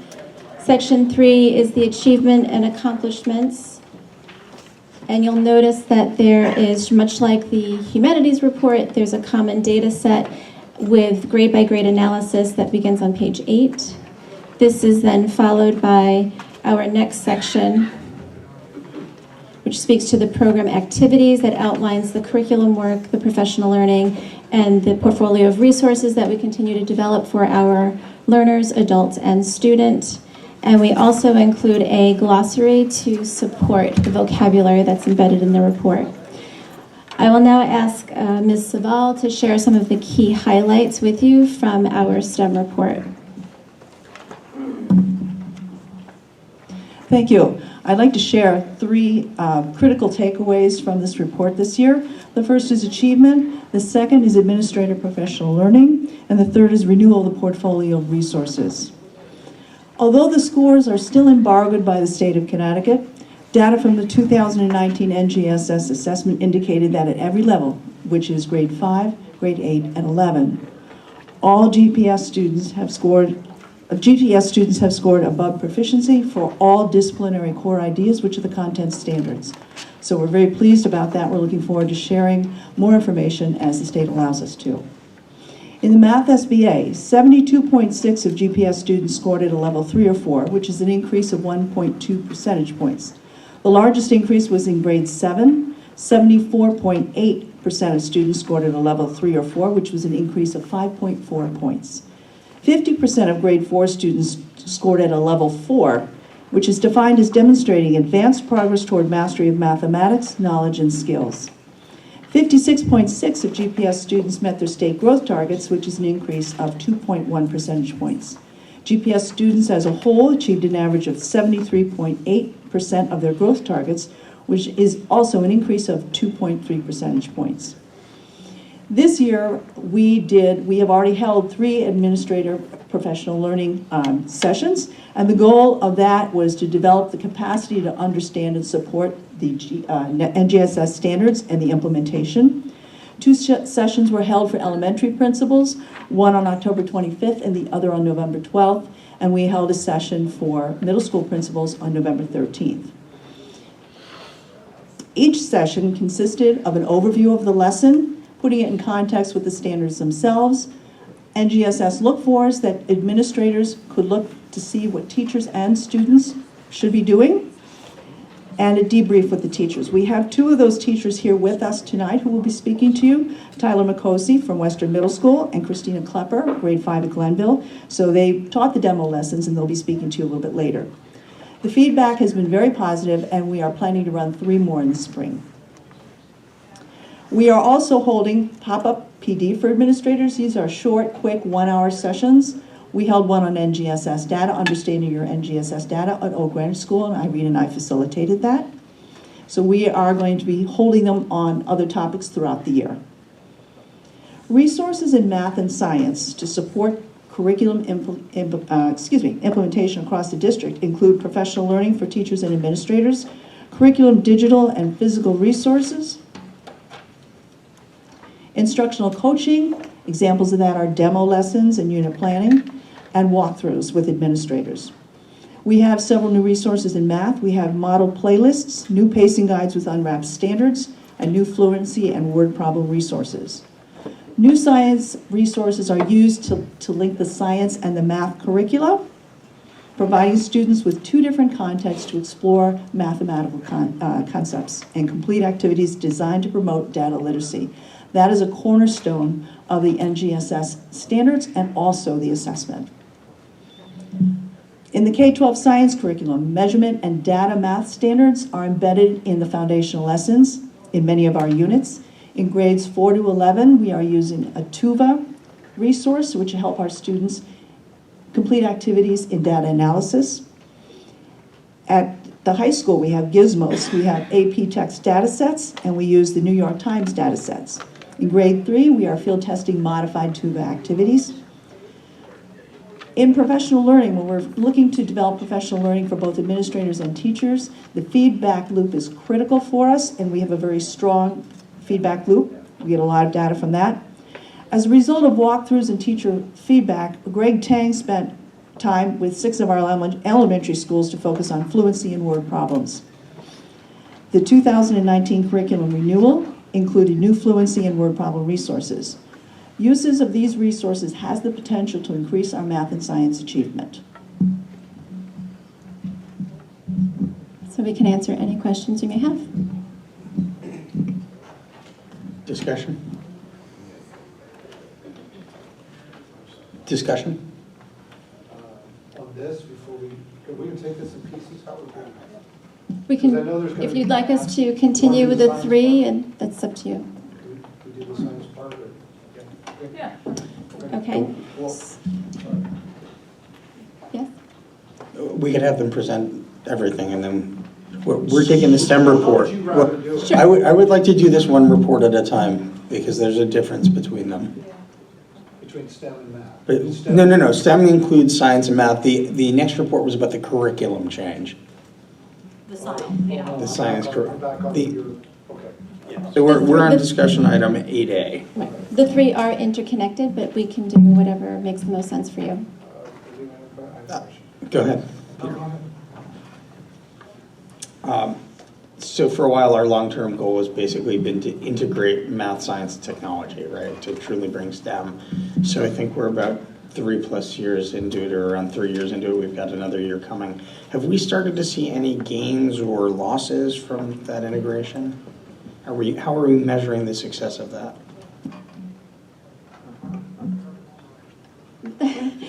Well, there's no singular assessment to measure the integration of the 2. There's 2 separate statewide assessments. But through the work of our local assessments, yes, we are seeing the benefit. And when you look at the results of the math assessment and NGSS, there is there's an alignment, the scores are relatively the same, so however students performed in mathematics also aligns with how they're performing in science. So we know where the scores are that much higher, that there's a clear connection or integration of that data literacy piece and that vocabulary, that work, that the students are making those deep connections. That's one component of it, but if you want to speak a little further too. Students have more consistent opportunities to deal with data sets. And as they're taking these assessments, many of the questions have data sets in them. So we're teaching the students how to look at patterns and trends in both mathematics and science. Because one of the problems we had found in the past was students would study something in math and we'd introduce it to them in science, in a science context, and they'd say, well, we've never had that before. So we're trying to show them where it fits in and where they link together, which is also set in a real-world scenario. Because if we teach it in an abstract way, they don't remember it and they can't apply it. Mr. Sher. Thank you, Sheila. I mean,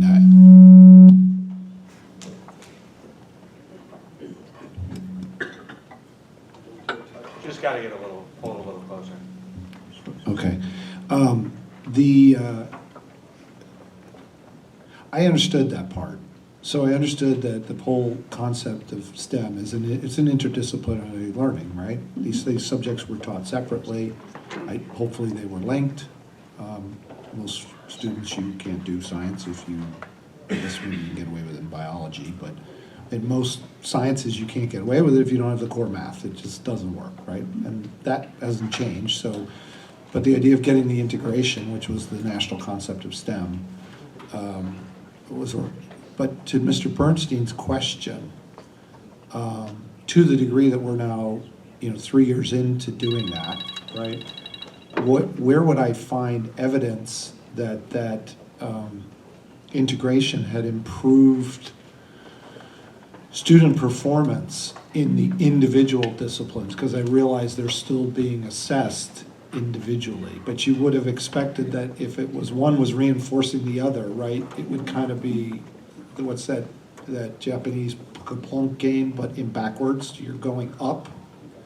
It would seem to me you would go up on both sides, and I didn't see the evidence of that. By the way, I don't want to be critical because I always like scores going up, right? And we've had some wins here.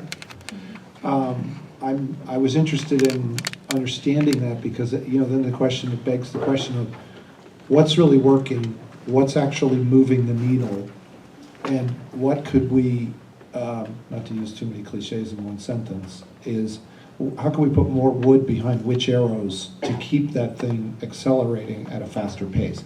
1 or 2 points is great, and I'll always celebrate it, but I'm looking for 1, 2, and 3 points over years, right? So we look back over 2 or 3 years and we said, wow, we went up 10 points. To me, that's moving the needle. And I was trying to understand what levers are actually working and to what degree STEM is actually working to move science performance up and mathematics performance up. We are in the initial year for the NGSS assessment, but the fact that our students are above proficiency in every single content standard, that's significant. Sheila, I didn't understand that because I looked at this and I see, am I looking at the wrong data? When You you say don't. content standard, because I see. We can't present that data yet because it's still embargoed by the state. Yeah, but the thing I guess I was saying is that the state publishes performance standards. Do I have no science data in here? You don't have any science Fine, data. never mind. Okay, I'll scratch that question because that means I misread the math.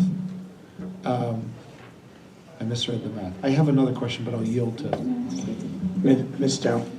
The one thing too is that we developed these activities over the past summer in 2019. So this is the first year we have used them. Yeah, but your team's been doing yeoman's work for a number We of have years. We have completely realigned the curriculum, which was a massive task. So we did that first, and then we identified areas where the integration would be appropriate. And this past summer, we developed and we're implementing those activities right now. There were adjustments to the transition plan as a result of budgets or requests of the board and so on. So reassessing that timeline. We're not lockstep in it, and we may not have hit those specific targets, but again, that was in response to budgetary needs and I like the requests. fact that you published it and it goes all the way back 4 years and you're more or less following it. I have to tell you, if I can get that out of everybody in the administration, that would be fantastic. Thank you. Ms. Stowe. So following kind of the theme you're going with, Peter, but if, obviously our biggest investment are our teachers in front of everyone, so that's what moves the needle the most, I hope. But after that, we've invested a lot in digital tools, and for example, I know ST Math and Dreambox are something that we've been using actively, I believe at just the elementary school level? Through middle school. Through middle school. There's a cap on the content, so Okay. it makes sense to go to middle school. Mhm. So if you could pick your top 3 things in math, and I'm happy to hear from the math experts, what would they be for elementary school, middle school, and high school in terms of digital tools? Can we talk physical? And physical, absolutely. I think the teachers are number 1, so then after that. And adding to that as a companion, as a partner, we do not have that tier 1, tier 2 support, the interventionist, to provide for math instruction, and we've had this conversation before.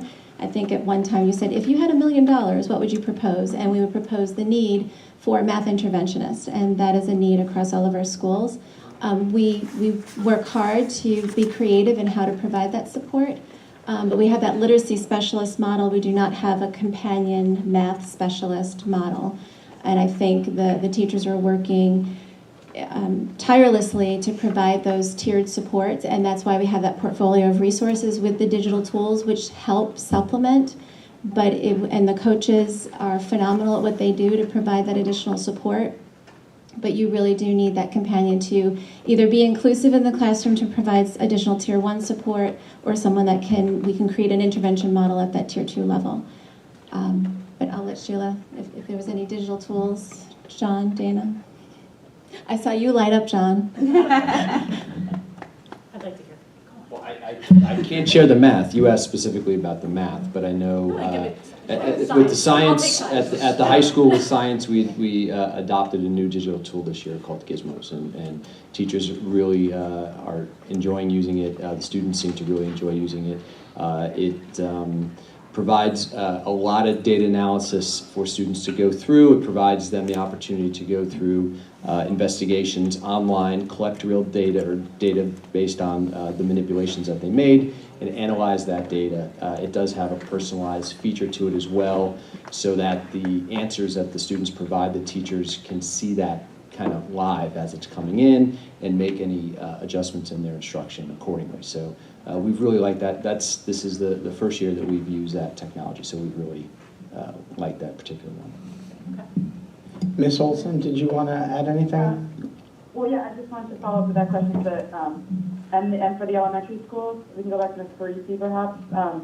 The Gizmos, the tool for the high school science sounds fantastic, and for the elementary school, in addition to a math interventionist, what would be the digital platforms that you find the most necessary for elementary school levels?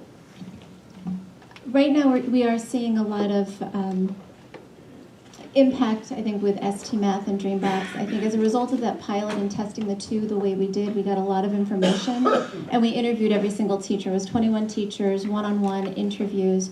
So we're very pleased with those tools because, one, being adaptive, and we have the flexibility where if we find that students in 3-5 need to go to ST Math, we can use those licenses to provide them with that platform. That, in addition to the IXL Math, we have access to Khan Academy. I mean, there are so many different resources. I think if we add in any more digital tools like that, then the teachers would like scream because they're trying to navigate through all of those different tools. So I think if we remain committed to the ones that we know that are going to have the greatest impact on what's happening, and that you have the data behind it. So the teachers have the dashboard. They can sit side by side with the student, go through that data review.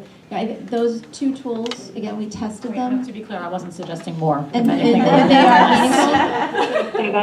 That's not exactly, that's probably one of the concerns is having too many. That's why yeah, I don't know if I would necessarily advocate for another one. Tuva's been a fantastic addition to that Tuva Data Lab. has been a great addition with the data literacy piece, because we can really give students in real time, on demand, that type of data literacy for that work, that expectation, that cognitive demand that's expected in the NGSS. But yeah, I would say let's stay committed, let's internalize and hone our craft with those tools before we start to add more. And would you say that there's a different amount of time spent with high school students per se, using digital tools versus elementary school? I know this is a concern that's been voiced many times, so listing off more tools is not exactly what I want to hear, but would you say the time that they're spent actually on those devices is significantly lower at the lower grades? Can you just speak on that for a second? I'll have John or Sheila speak to the Gizmos piece, but we do lean on the meta-analysis of ST Math and Dreambox, and they came back and said that after their study of all schools and students, that we recommend X number of minutes so many times a week. And we actually scaled it back. They recommended 90 minutes a week. We said 20 minutes for 3 times a week, and that would be sufficient, at least if we could get to 60 minutes in a week dedicated to those tools. The one, not both of them. Again, they're grade band specific, but on average, schools are 45 minutes to 60 minutes on Dreambox or ST Math. But again, that's aligned with the research and the meta-analysis to ensure, because they told us that's the common effect that you're going to get if you have that dedicated use, and you would see the impact and achievement. So when I monitor the usage, I see anywhere from 33 minutes to almost 52 minutes in a week on either ST Math or Dreambox. Yeah, a week. Yeah. So it's no. That's a week. She's just talking math. It might be. No, she says it's for a week. It's a week. No, but I'm saying that. But we're just talking. But you're saying digital tools entirely. Like we're just talking math and science. That is just. I'm just saying ST Math and Dreambox. That's what I'm saying. It could be a lot more than that. That's just math and Dreambox. Those are just those two tools. Yeah. Right. Gizmos, I think it's still a concern of mine for sure. But okay, thank you. Ms. Hirsch? Along the same lines as the digital toolbox, I know this was a discussion from years past about having more science labs and hands-on, science education for our students. This was something that has sort of been overlooked, and I know that this is a big part of NGSS, and I was going to save it for the NGSS report, but the question then becomes, how much hands-on science learning are our students doing if we're focused on a lot of the digital tools in the toolbox? Would it be most helpful to talk about that through the science curriculum, and then you can actually hear from the teachers how it is happening in the classroom? Not a problem. Okay. Mr. Scher. I had a couple questions, and I'm sorry I'm hogging time tonight, but this is the only time in a year we'll talk about math and science, so it takes some time. The question that I had was, Sheila, you referred to understanding NGSS data as a workshop that you had conducted or are conducting. Mm-hmm. What data and what tools are you using in those sessions? Just so that I understand, the pop-up PD that we did for administrators? I think that's what Sheila was understanding talking about. And so we can see. The two of you went and did a session in Yes, we Greenwich, did. right? It was about an hour, I guess? Right, that's Yeah, the intent of, Yeah, pop-up great. store. We're a pop-up PD. Nice idea. Thank you. So, yes, we went out to the school and invited principals to come, and because they can see their data, we can see the student data. We are not allowed to share it at this time because they're recalibrating. There's going to be What further. data is that? The NGSS assessment data. Yeah, I'm going more specific. Through. What do they do, log into a state portal? Correct. Through the Connecticut assessment portal, they're able to log in and see the information by student, by teacher. It's their school specific. We can see across the district. And then you taught them how to use that and Correct. analyze So their that data. what could they start to look for? What types of questions can they start asking the learners and the teachers? It helps them understand too the curriculum. So when you see the curriculum go live, again, what should you be looking for? And my other question was, which is probably more for you, Dana and John, is we have experienced maybe everybody else was paying attention to it. I usually pay attention to numbers, but I missed this one. We've had substantial growth over the last 5 years on the number of students at Greenwich High School. we have a real bubble moving through the system. I mean, it's not trivial. It's like 100 and it's like 60 and 80 year over year. We're substantially larger now than we were before. Everybody always tell me about the 1970s, by the way, in school, like 3,000 or so crazy. Anyway, my question is, because we've put so much focus on STEM education, particularly, and we have not really increased the staff in this building. So, by the way, I'm not trumping anybody because I already sent this question over to the superintendent and she's working on it, I know, or her staff is working on it, some more detail. But the question that I was really asking is, particularly in the honors and advanced placement courses, what can you tell us about class size in those classes? Because I know particularly in those class sizes, not in all class sizes, but in some class sizes, if you add a few more students, it really, really matters. So I'm wondering what you guys are seeing, particularly for honors and AP. I'm interested in any comments you have for anything else in the system, and increased class sizes in core mathematics and core science.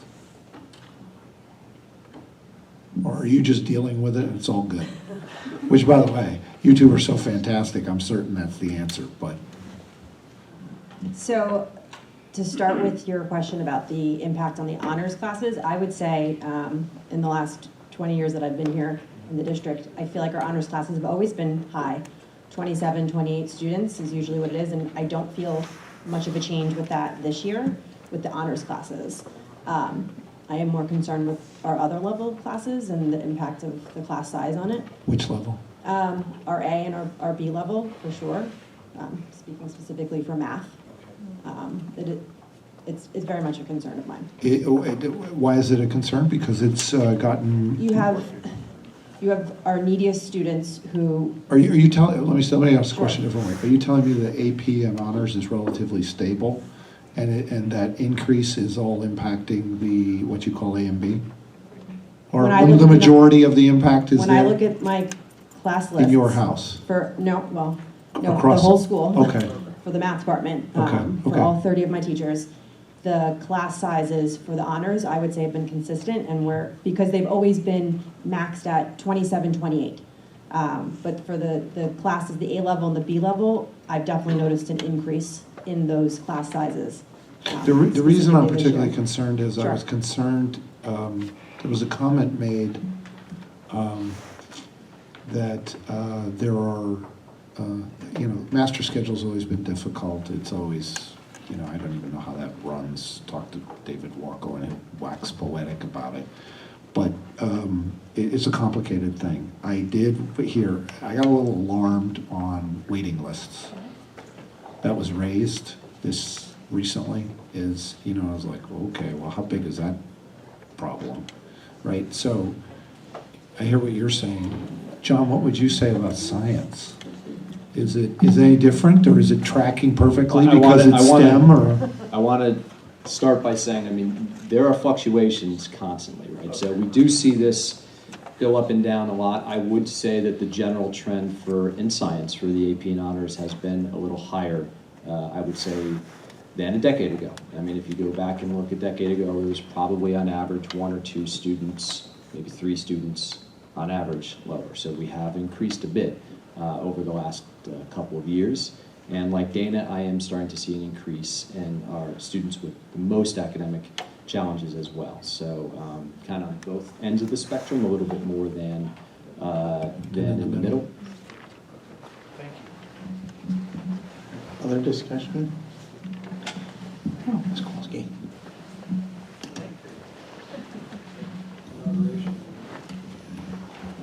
So I had a question with respect to I guess it's the SBA levels that we're seeing and the numbers that are articulated on pages 7 and 8 of the report.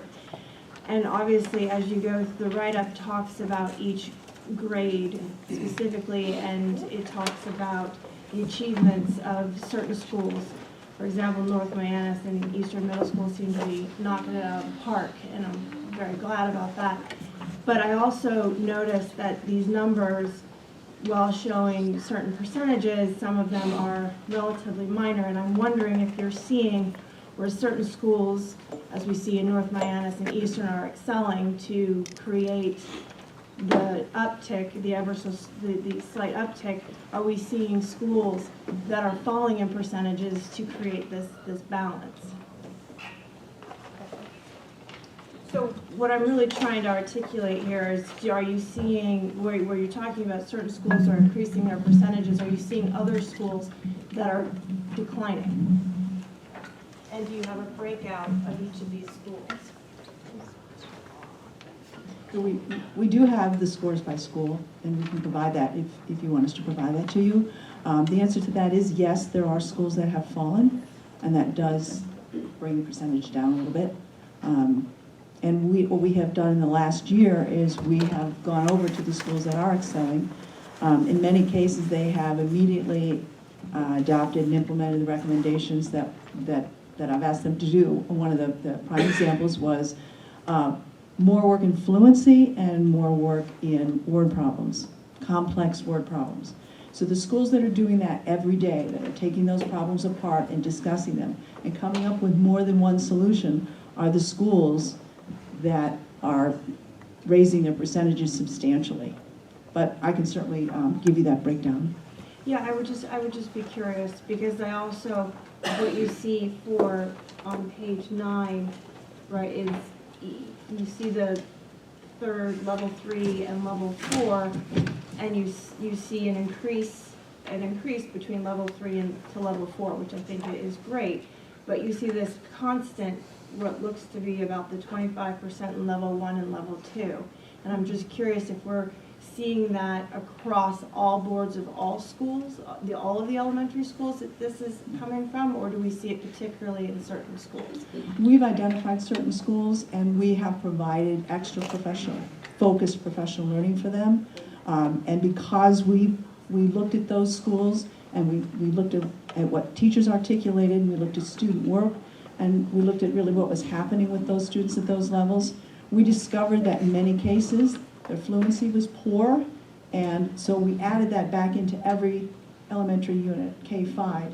So it's not just one resource, it's leveled resources, so that students and teachers can use the resource that's most appropriate. Those schools are also using Dreambox and ST Math. And we also have written word problem sets for them as well, and word problem assessments. So we really focused in on that. But in the professional learning, in addition to the district professional learning, we've done a lot of work with teachers in using that concrete to abstract sequence and showing them what those progressions look like and what the activities look like. And in the new pacing guide, we have given teachers examples of what this could look like in the classroom. So we've unwrapped the standards for them and said, here are 3 ways that you could do this in your classroom.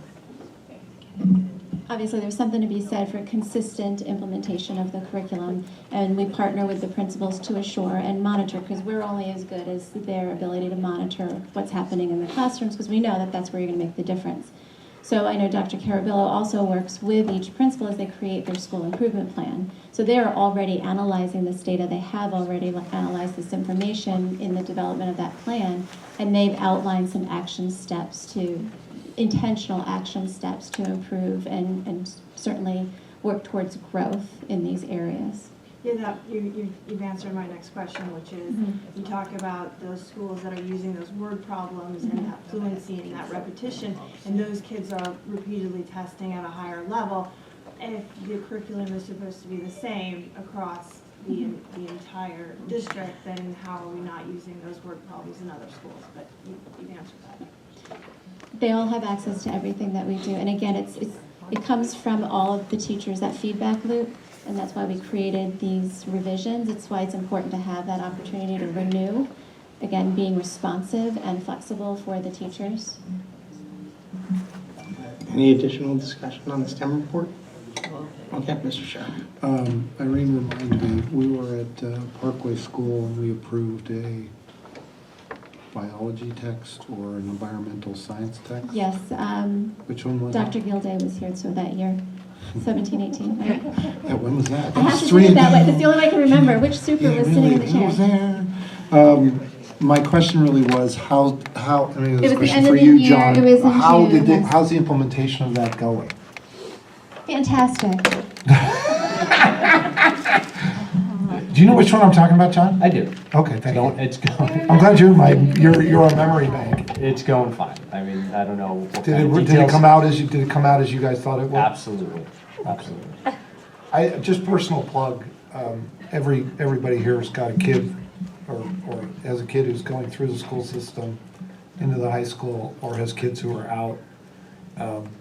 My most recent was a big-time STEM kid at Greenwich High School.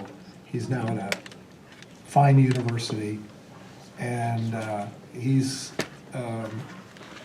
reporting two things. I think he's taking BC or AB. They made it take him over again. Or he didn't have to, he could have, but he did. And he says, Dad, it's like nothing because of what I learned at Greenwich High School. And the second thing is he's gonna, I don't know what happened, right now he's gonna be a rocket scientist. And I have to give the credit for that, not for a darn thing done in my household, but for what the teaching staff has done in Greenwich Public Schools, particularly at Greenwich High School, so thank you.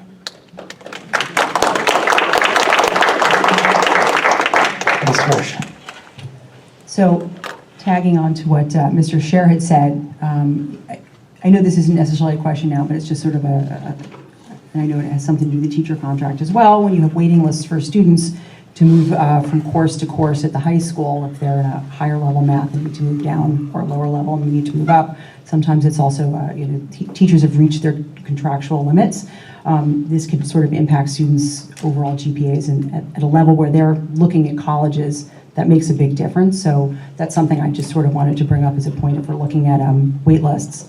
But on the same discussion as on math, we had several math pilots a few years back, and I don't believe that the board has ever gotten an update as to how those pilots did, and I don't know if you have that information. Just so I make sure I understand and can answer your question, are you speaking to the elementary math personalized learning pilot? Yes. Okay, that's a lot of words. So annually, we report on the pilots at the end of the year, and that was intentional. I think we had 3 touch points with the board specific to the math pilot, and the point of a pilot is you learn from it and then you implement. So that's where we transitioned into the next year, which was wave 2. And so we went through with the wave-based approach. There was no need for an additional pilot. We learned what we wanted to learn. We were able to implement the 2 tools and then those teaching practices and everything that came along with it. So we transitioned from the pilot, reported on that to the board. I can certainly send you the link. And we went into the wave-based approach so that we are capturing new groups, those innovative teams in each of the schools, to continue the work that was in the spirit of the first original wave 1, if you will, or wave 0, the pilot. But I can certainly send the link to Tony, and it's on board docs.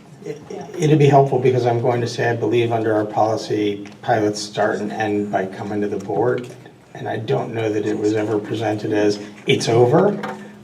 This one carried through for a while. But I don't think it was communicated in it's over, we've learned what we wanted to learn, we're moving on and implementing.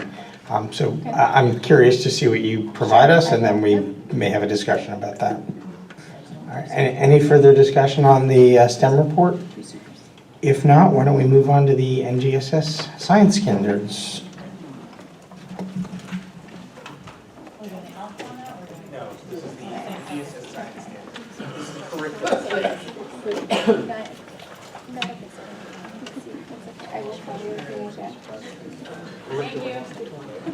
They're staying. They can't go yet. You can't go home yet. You can stay though, John. You don't have to leave. John is Right here.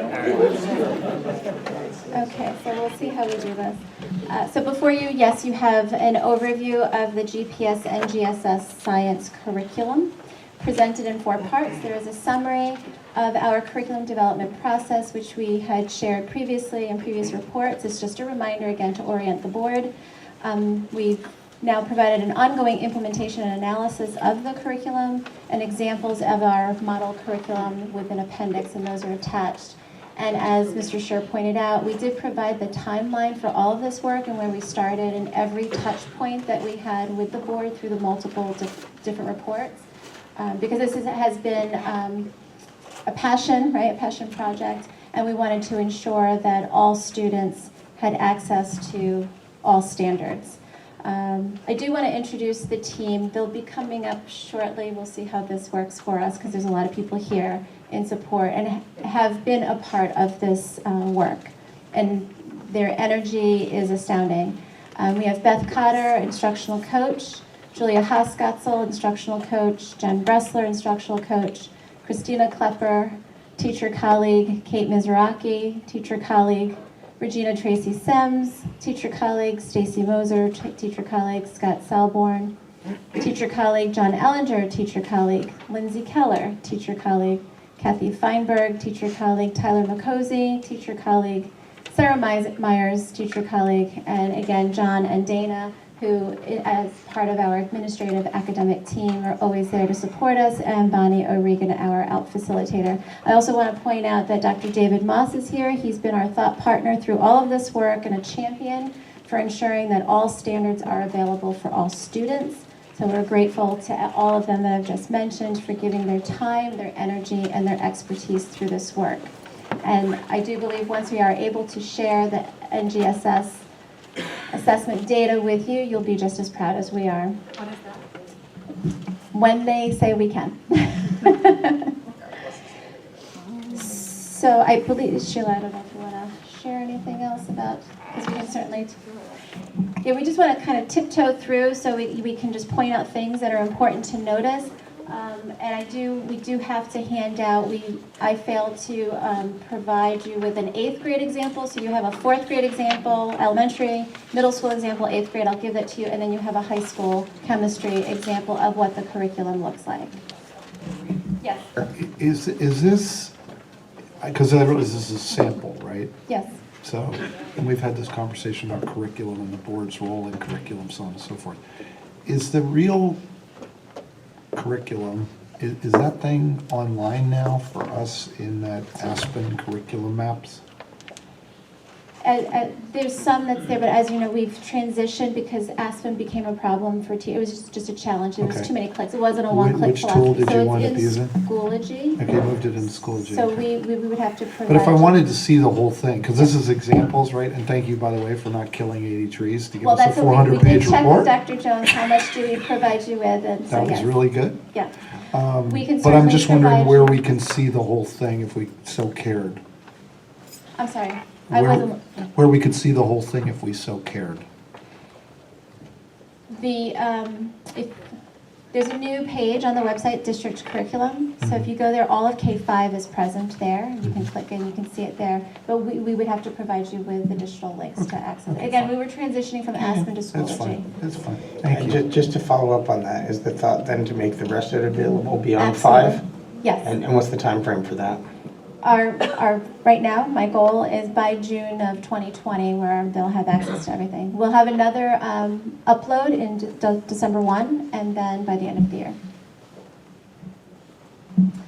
Sheila would like to just take you through some key points. We'll be short and brief. And then we do want to have the teachers to be able to share, they've been waiting patiently, what the impact of this curriculum has been on their practice and the impact on their learners and the fun that it has brought back to their classroom. Yes, I will distribute the grade 8 piece. And we will include this in the addendum.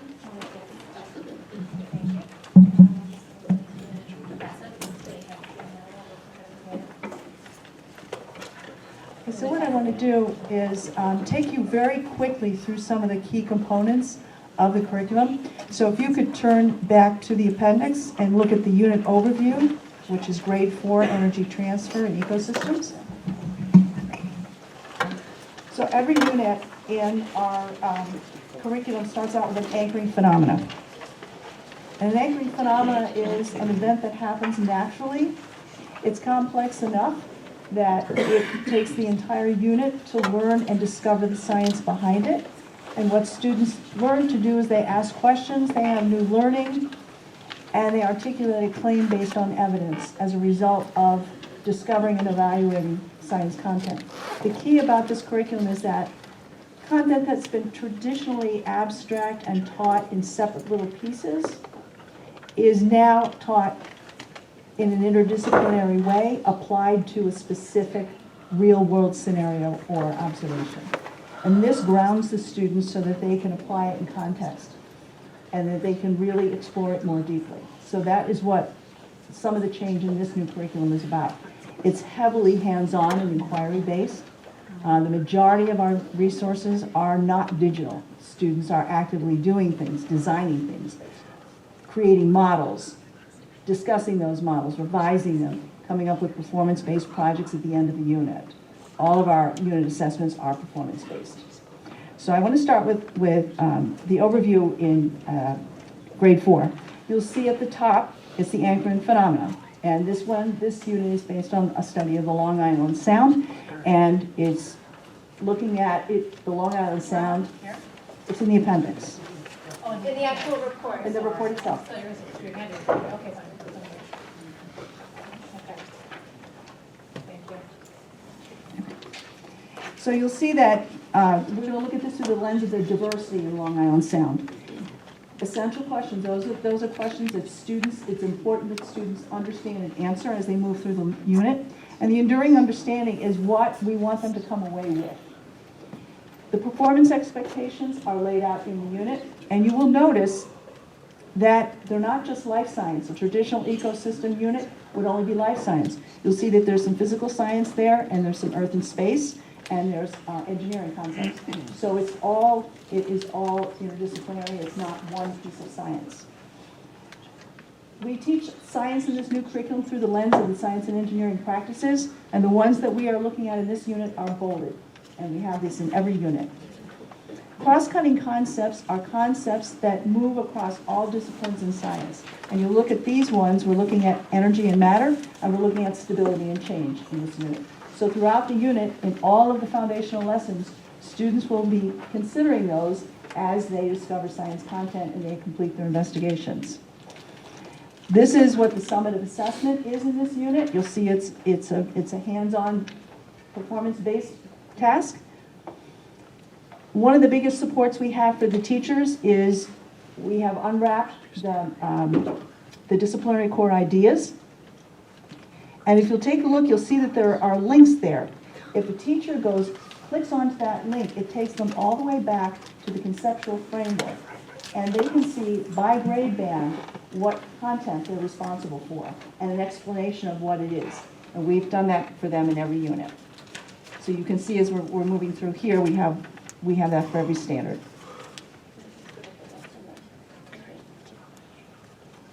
Okay, and the next piece is, in this unit, is the first foundational lesson. And you'll see that at the very top, you've got the standard that's addressed. So the first thing that students and teachers will consider and articulate is understanding the standard. The student learning objectives, learner background, and you'll see that there's a rather long teacher background. We have that so that teachers have hints on how to implement the lesson. They can either use this as it's written here, or they can modify it to address the students that are sitting in front of them. And then the next part is the suggested learning activities. And you'll notice that right below that heading is an example of how this lesson could play out in the classroom. We are not asking teachers to move through this curriculum lockstep. They have to modify it and adjust it and personalize it for the students in front of them. But for teachers that would rather have that guidance, this is an example of what could be done. So we move through the whole unit, and in this particular lesson, you'll see part 2 is an example of a lesson in data literacy. So you'll see that there is a data set here, and there are question prompts that teachers can use with students to initiate a discussion. And then you'll see what they're assessing the students in this particular lesson with. The next page is the content rubric. This shows students who are beginning, students who have mastered, and students who have exceeded. These are the criteria for each. So this gives a guide for teachers to assess. And we have these content rubrics for every single unit. Similar format for 8th and the 11th. So I want to bring the teachers up to the level this week. So if you look at the grade 8 unit and you look at the grade 11 unit, you'll see that there are similar components in it. So we'd like at this point to bring our teachers, our team up, and have them tell you personally how the students are going to impact this. Maybe it makes sense to sit in this front row and then I'll go past the mic.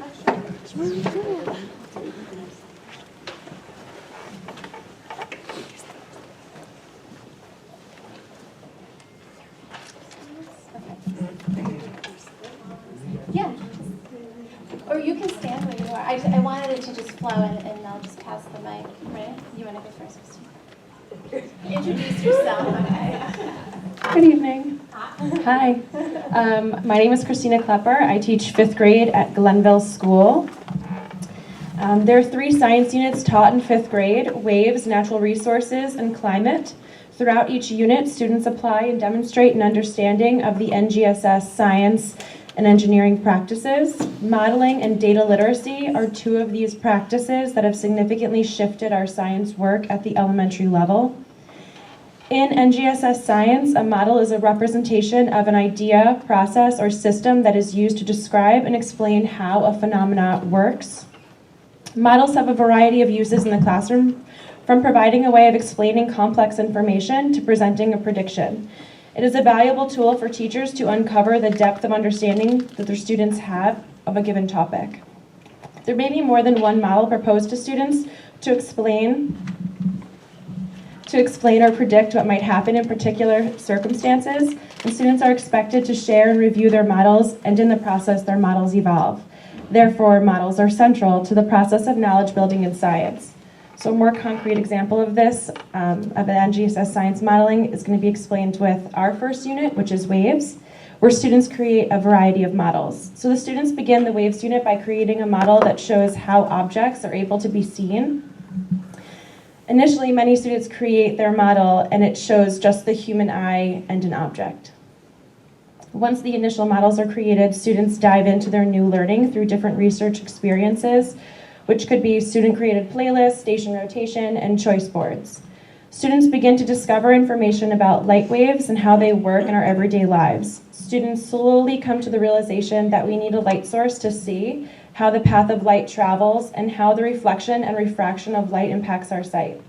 Throughout this process, students revise their initial models over time to show that light travels in a straight line and reflects off an object into our eyes, allowing us to see the object. Some students who are developmentally ready even take it a step further, explaining that once light reaches our eye, signals are sent to our brain, and our brain deciphers the information in order to detect the appearance, location, and movement of the object we are looking at. We continue to develop our modeling practice throughout the year. As a part of personalized learning, student reflection, and goal setting, students have provided the following feedback. This is from my class right now. These are on the science practices. So one student shared that modeling helps me because if I forget something or if I'm confused, I can always reflect on my models. Another student shared, it helps me explain my thinking and makes my thinking come alive. It helps me express my learning.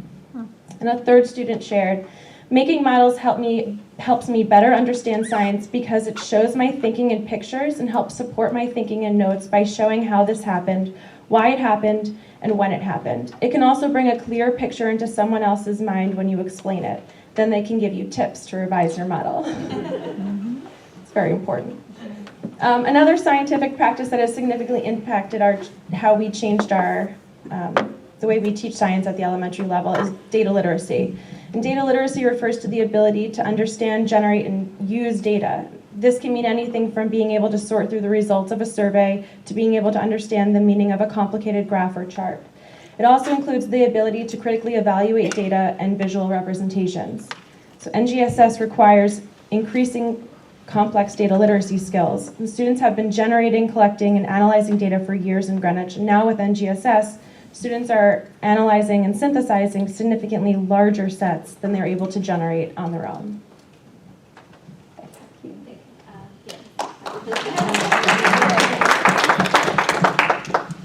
Okay. Good evening, my name is Tyler McCosey. I teach 8th grade science at Western Middle School. So my son turned 1 yesterday, and naturally I've spent an incredible amount of time researching brain development in young children. When I was listening to one of my books, I actually came across a passage and I knew it would be perfect because I'd be talking to you all today. If you look at 4-year-olds, they are constantly asking questions, but by the time they are 6, they stop asking questions because they quickly learn that teachers only value the right answers more than the provocative questions.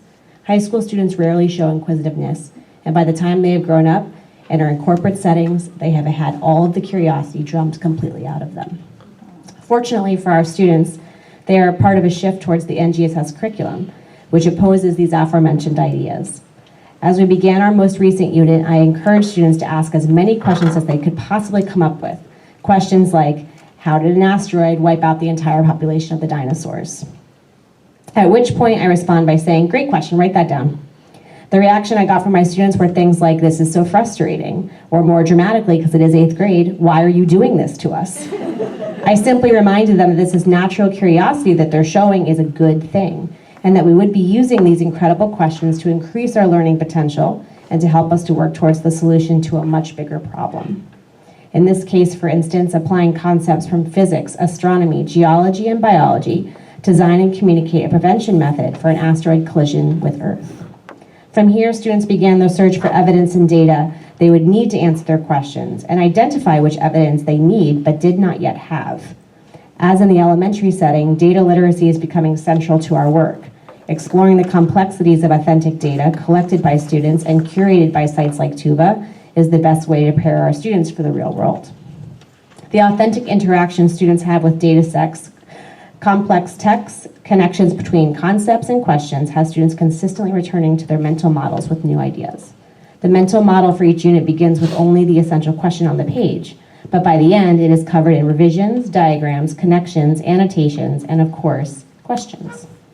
The NGSS language has already become a staple in their ability to communicate with one another. At the start of the lesson, I will explain which cross-cutting concept they should be looking for. A common one in our current unit about the fossil record is patterns. By the end of the lesson, they are eager to identify what other cross-cutting concepts they have noticed, backing up their claim with the appropriate evidence and reasoning. At the end of the day, the eagerness is all I could have ever hoped for.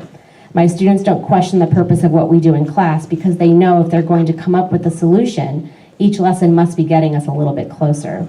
The units are authentic, and the students feel ownership over everything they do. They're coming into class excited, and as a teacher, if you have that, you have everything.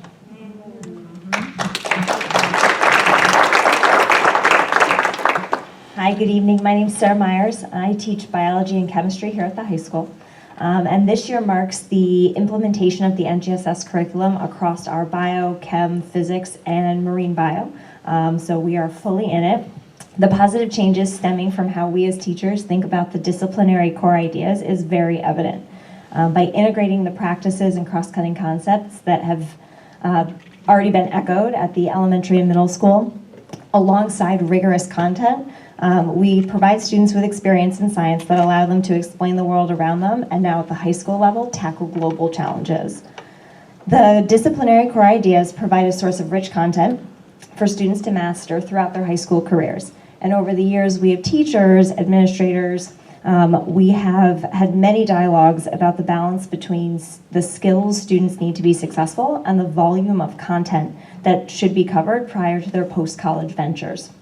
Traditionally, students have been taught objectives under the umbrella of a given unit. For example, during the chemical bonding unit in chemistry, which I'm actually in the middle right now, students might be asked to compare and contrast ionic and covalent bonds and explain the interactions or intermolecular forces that those compounds have with each other. While this may have been successful in the past at addressing the concern of teaching enough content, so to speak, it doesn't inherently lend itself to student-driven discovery. Our work with the NGSS framework has shifted the instructional planning and practice in a way that lets students determine what further information they need when defining problems and proposing solutions. So what does this look like in the classroom?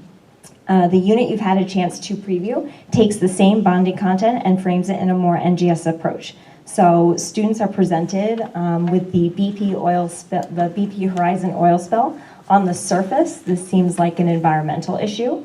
And they're asked to propose a cleanup method in various effective manners. They figure out what effective means. However, what students discover is that they actually have to tackle chemical bonding patterns, the molecular structures of oil and water, and the interactions between them in order to make a strong evidence-based argument for their proposed cleanup method. As such, students are engaged in the content for an express purpose.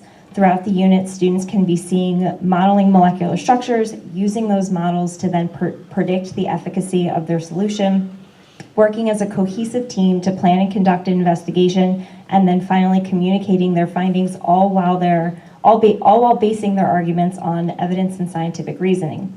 Very often in class, you hear the age-old question, why do I have to know this? In making my own observations and speaking with colleagues, this question is asked less and less frequently as we get further with the curriculum. More often I hear, wait, this is chemistry? To me, this is a win. Students are seeing that chemistry does not exist in a vacuum in school. Chemistry can explain phenomena that they might categorize as biology, earth science, environmental science, and I also think this supports the STEM integration conversation we were having earlier, and that is high school students heading out as productive members of society, making these connections is really vital for them.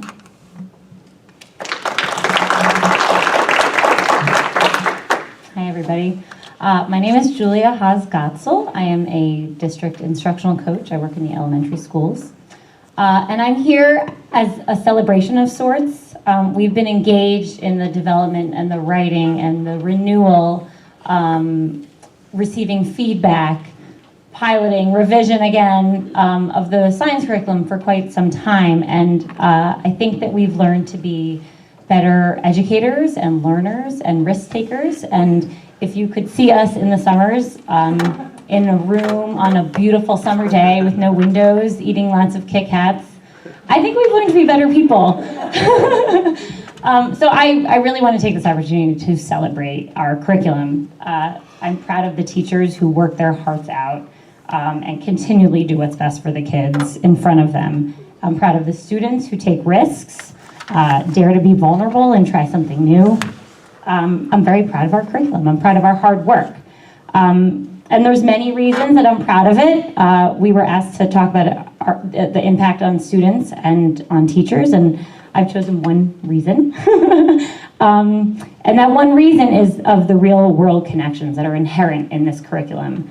So our curriculum now connects with the real world, not just through the content, but also through process.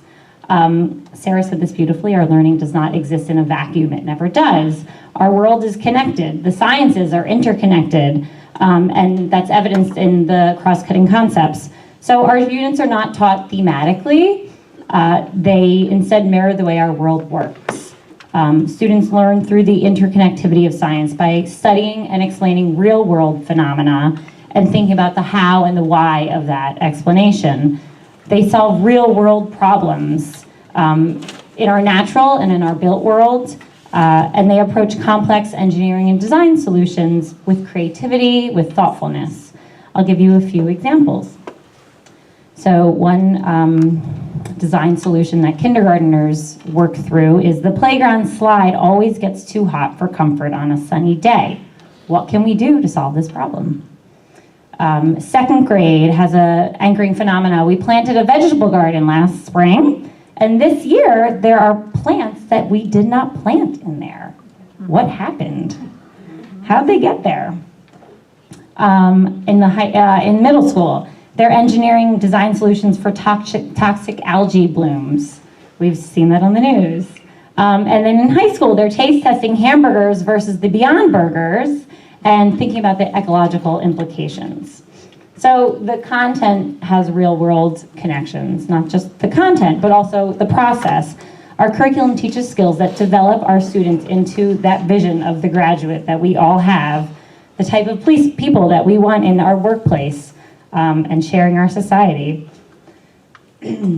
Our kids are invested in this work because it connects to their everyday lives and it excites them. They're naturally excited to observe details about the world around them. They're naturally inquisitive, but they're taught to pose and peruse substantive questions about which they are passionate. They learn to critically analyze, evaluate, synthesize information. We look at real-world data. You've heard a lot about this tonight already. And eventually they develop a thoughtful claim, a claim that is based in evidence, based in fact. So our students are taught to be collaborative, analytical thinkers. They're kind to each other within their discourse. They pursue knowledge with passion and curiosity. They respond to failures. And truly, isn't this a real-world connection? Aren't these the humans with whom we want to share our society and our democracy and walk besides? So this is why we are proud.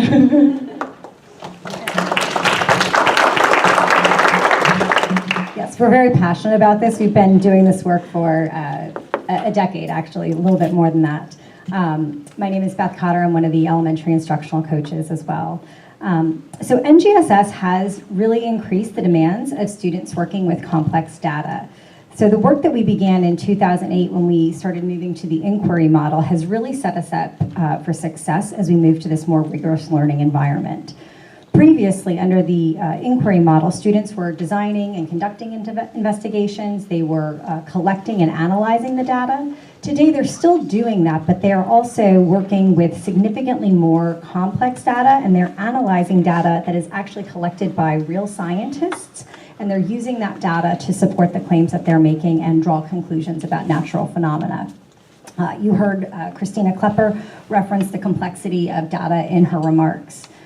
Teachers are using questions about the cross-cutting concepts to guide students to identify patterns, which is one of the cross-cutting concepts, and cause and effect relationships, which is also a cross-cutting concept, in the data. And this is leading to very productive discourse, to Julia's point, with kindness and respect. So all of these things that we're looking for from our children. In the elementary program, teachers are curating data sources for children, and they are explicitly teaching children how to analyze data, how to synthesize data, and then how to draw conclusions from that data. Additionally, as students are working with data beyond their classroom walls, teachers are teaching them how to evaluate data from other sources and critique that data in order to identify the most convincing data points, additionally, data points that will refute their conclusions. Students in 143 classroom this year said, "This is really hard, but it's fun." And our fourth graders are, when we looked at TUBA as it was initially presented to us, it was a tool that had been designed initially for older students, middle school. And our elementary students are absolutely loving it. They're able to very quickly adapt. There is explicit instruction in how to use the database, but they're very excited about it. NGSS has raised the bar and is demanding much more of our students. And as you can see here this evening, our Greenwich Public Schools teachers are rising to meet this challenge of providing engaging and rigorous science instruction for our students.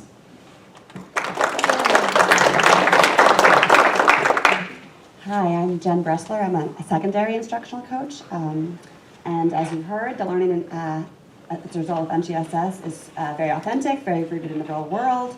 Engagement is up for our students, and it's important for all the kids, but it's especially important for our middle schoolers. And I heard a lot of talk earlier about elementary and high school, but we do have 3 grades there in the middle that are also really engaged in this rigorous curriculum. As you heard, the biggest shift is to this authenticity. Instead of learning concepts in a kind of prescribed and static order, the kids are developing their own questions that they need to explore in order to master the standards. I've heard questions already this year. Why do bruises change color? Why does their stomach acid not kill us? How fast did the asteroid have to be moving to cause the crater that killed the dinosaurs? And the big shift here is that the kids are coming up with the questions. All those questions get them to the standards that they need, as you heard from Sarah earlier, but it's that we're listening to the questions from them, and they're in charge of their own inquiry and research. Another big shift in middle school is that not only are the kids kind of more independently navigating their inquiry paths, but also that process. Within that personalized learning shift, the kids are dividing up roles and responsibilities in different ways in different groups based on their strengths. I've seen groups in one class do things 4 different ways, and everyone ended up being very successful with it. They sometimes construct norms for their groups before they begin. One favorite I heard this year was, be passionate and leave no one out. Because of all this increased engagement, all the teachers that I work with have shared that students are really demonstrating a higher level of understanding than they have in previous years. As I hear kids walking through gallery walks, they're speaking very articulately, very passionately, very detailed in their research. And as a result, the questions that their peers are coming up with are raising the conversations even more, so the level of discourse has been quite impressive. And just to talk a little bit earlier, you'd asked questions about the hands-on. As you heard, not only are the kids still doing a lot of investigations, but engineering is a huge component of NGSS, and it's integrated into many of the units. The kids in middle school do all kinds of engineering design solutions. Some kids right now are designing solutions for people living in extreme weather. For kids, some students just finished fantastic, very creative projects trying to figure out how they could mitigate the effects of different natural hazards on society. And it's just been really exciting to see the joy and the passion that these kids have had. We do anticipate that we're really preparing our kids to be thoughtful, critical thinkers and scientists at heart, and I think that was best exemplified earlier by the Environmental Action Club children who spoke. I think that really embodied kind of what our goal is for our students, for kids to be so passionate about real world issues and be able to bring the evidence for it. So thank you so much.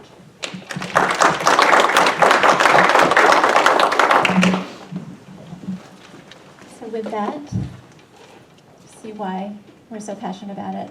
We can take any further questions. So on behalf of the board, I think I can say this safely. Thank you for your passion. Thank you for your enthusiasm. Thank you for bringing this to life, especially with the students in the classrooms. But for us, it's always great to hear from the teachers. With that discussion. Ms. Hirsch? I just want to say thank you also. Can I jump in? Yeah. I just want to say thank you also. It's, it's late for teachers. You wake up really early. It's just to hear it from you and to hear the, just to hear the enthusiasm and the fact that it is, you guys said it time and time again, the fact that it's connected to authentic, real life situations is what's going to help them retain the information. So I just thank you as the ones that are like on the front lines. Thank you for all that you do on a daily basis. Ms. Hirsch? Well, I was going to say Megan sort of took a little of the wind out of my sails, but I was also going to say the same, to thank you guys for making science fun. I know I've seen it in my own home. A student who said, I'm not smart enough for science, has come home filled with questions, inquisitive, sees the real world connections, and is excited to take risks, and has learned to ask the questions that will get her where she needs to go. So thank you. You guys were talking about the incredible amount of work that you guys have done to bring NGSS to life in our classrooms. And I know a lot of that happens through the Summer Institute and the curriculum work that's done during the summers. So as our classroom teachers, do you feel, this is the question I would have, is that you feel like there's enough support and time from the creation during our summer curriculum institutes to be able to pull those into our classroom on day one? What do you feel, how it works in timing and so forth?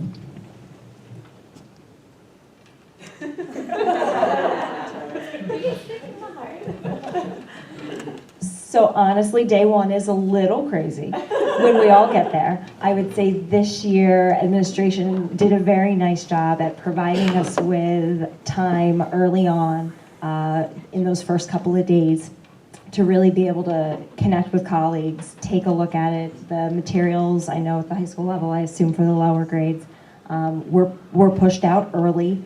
Over the summer, not that it was expected that we were to look at it, but if we wanted to, we could, and they were made available for us.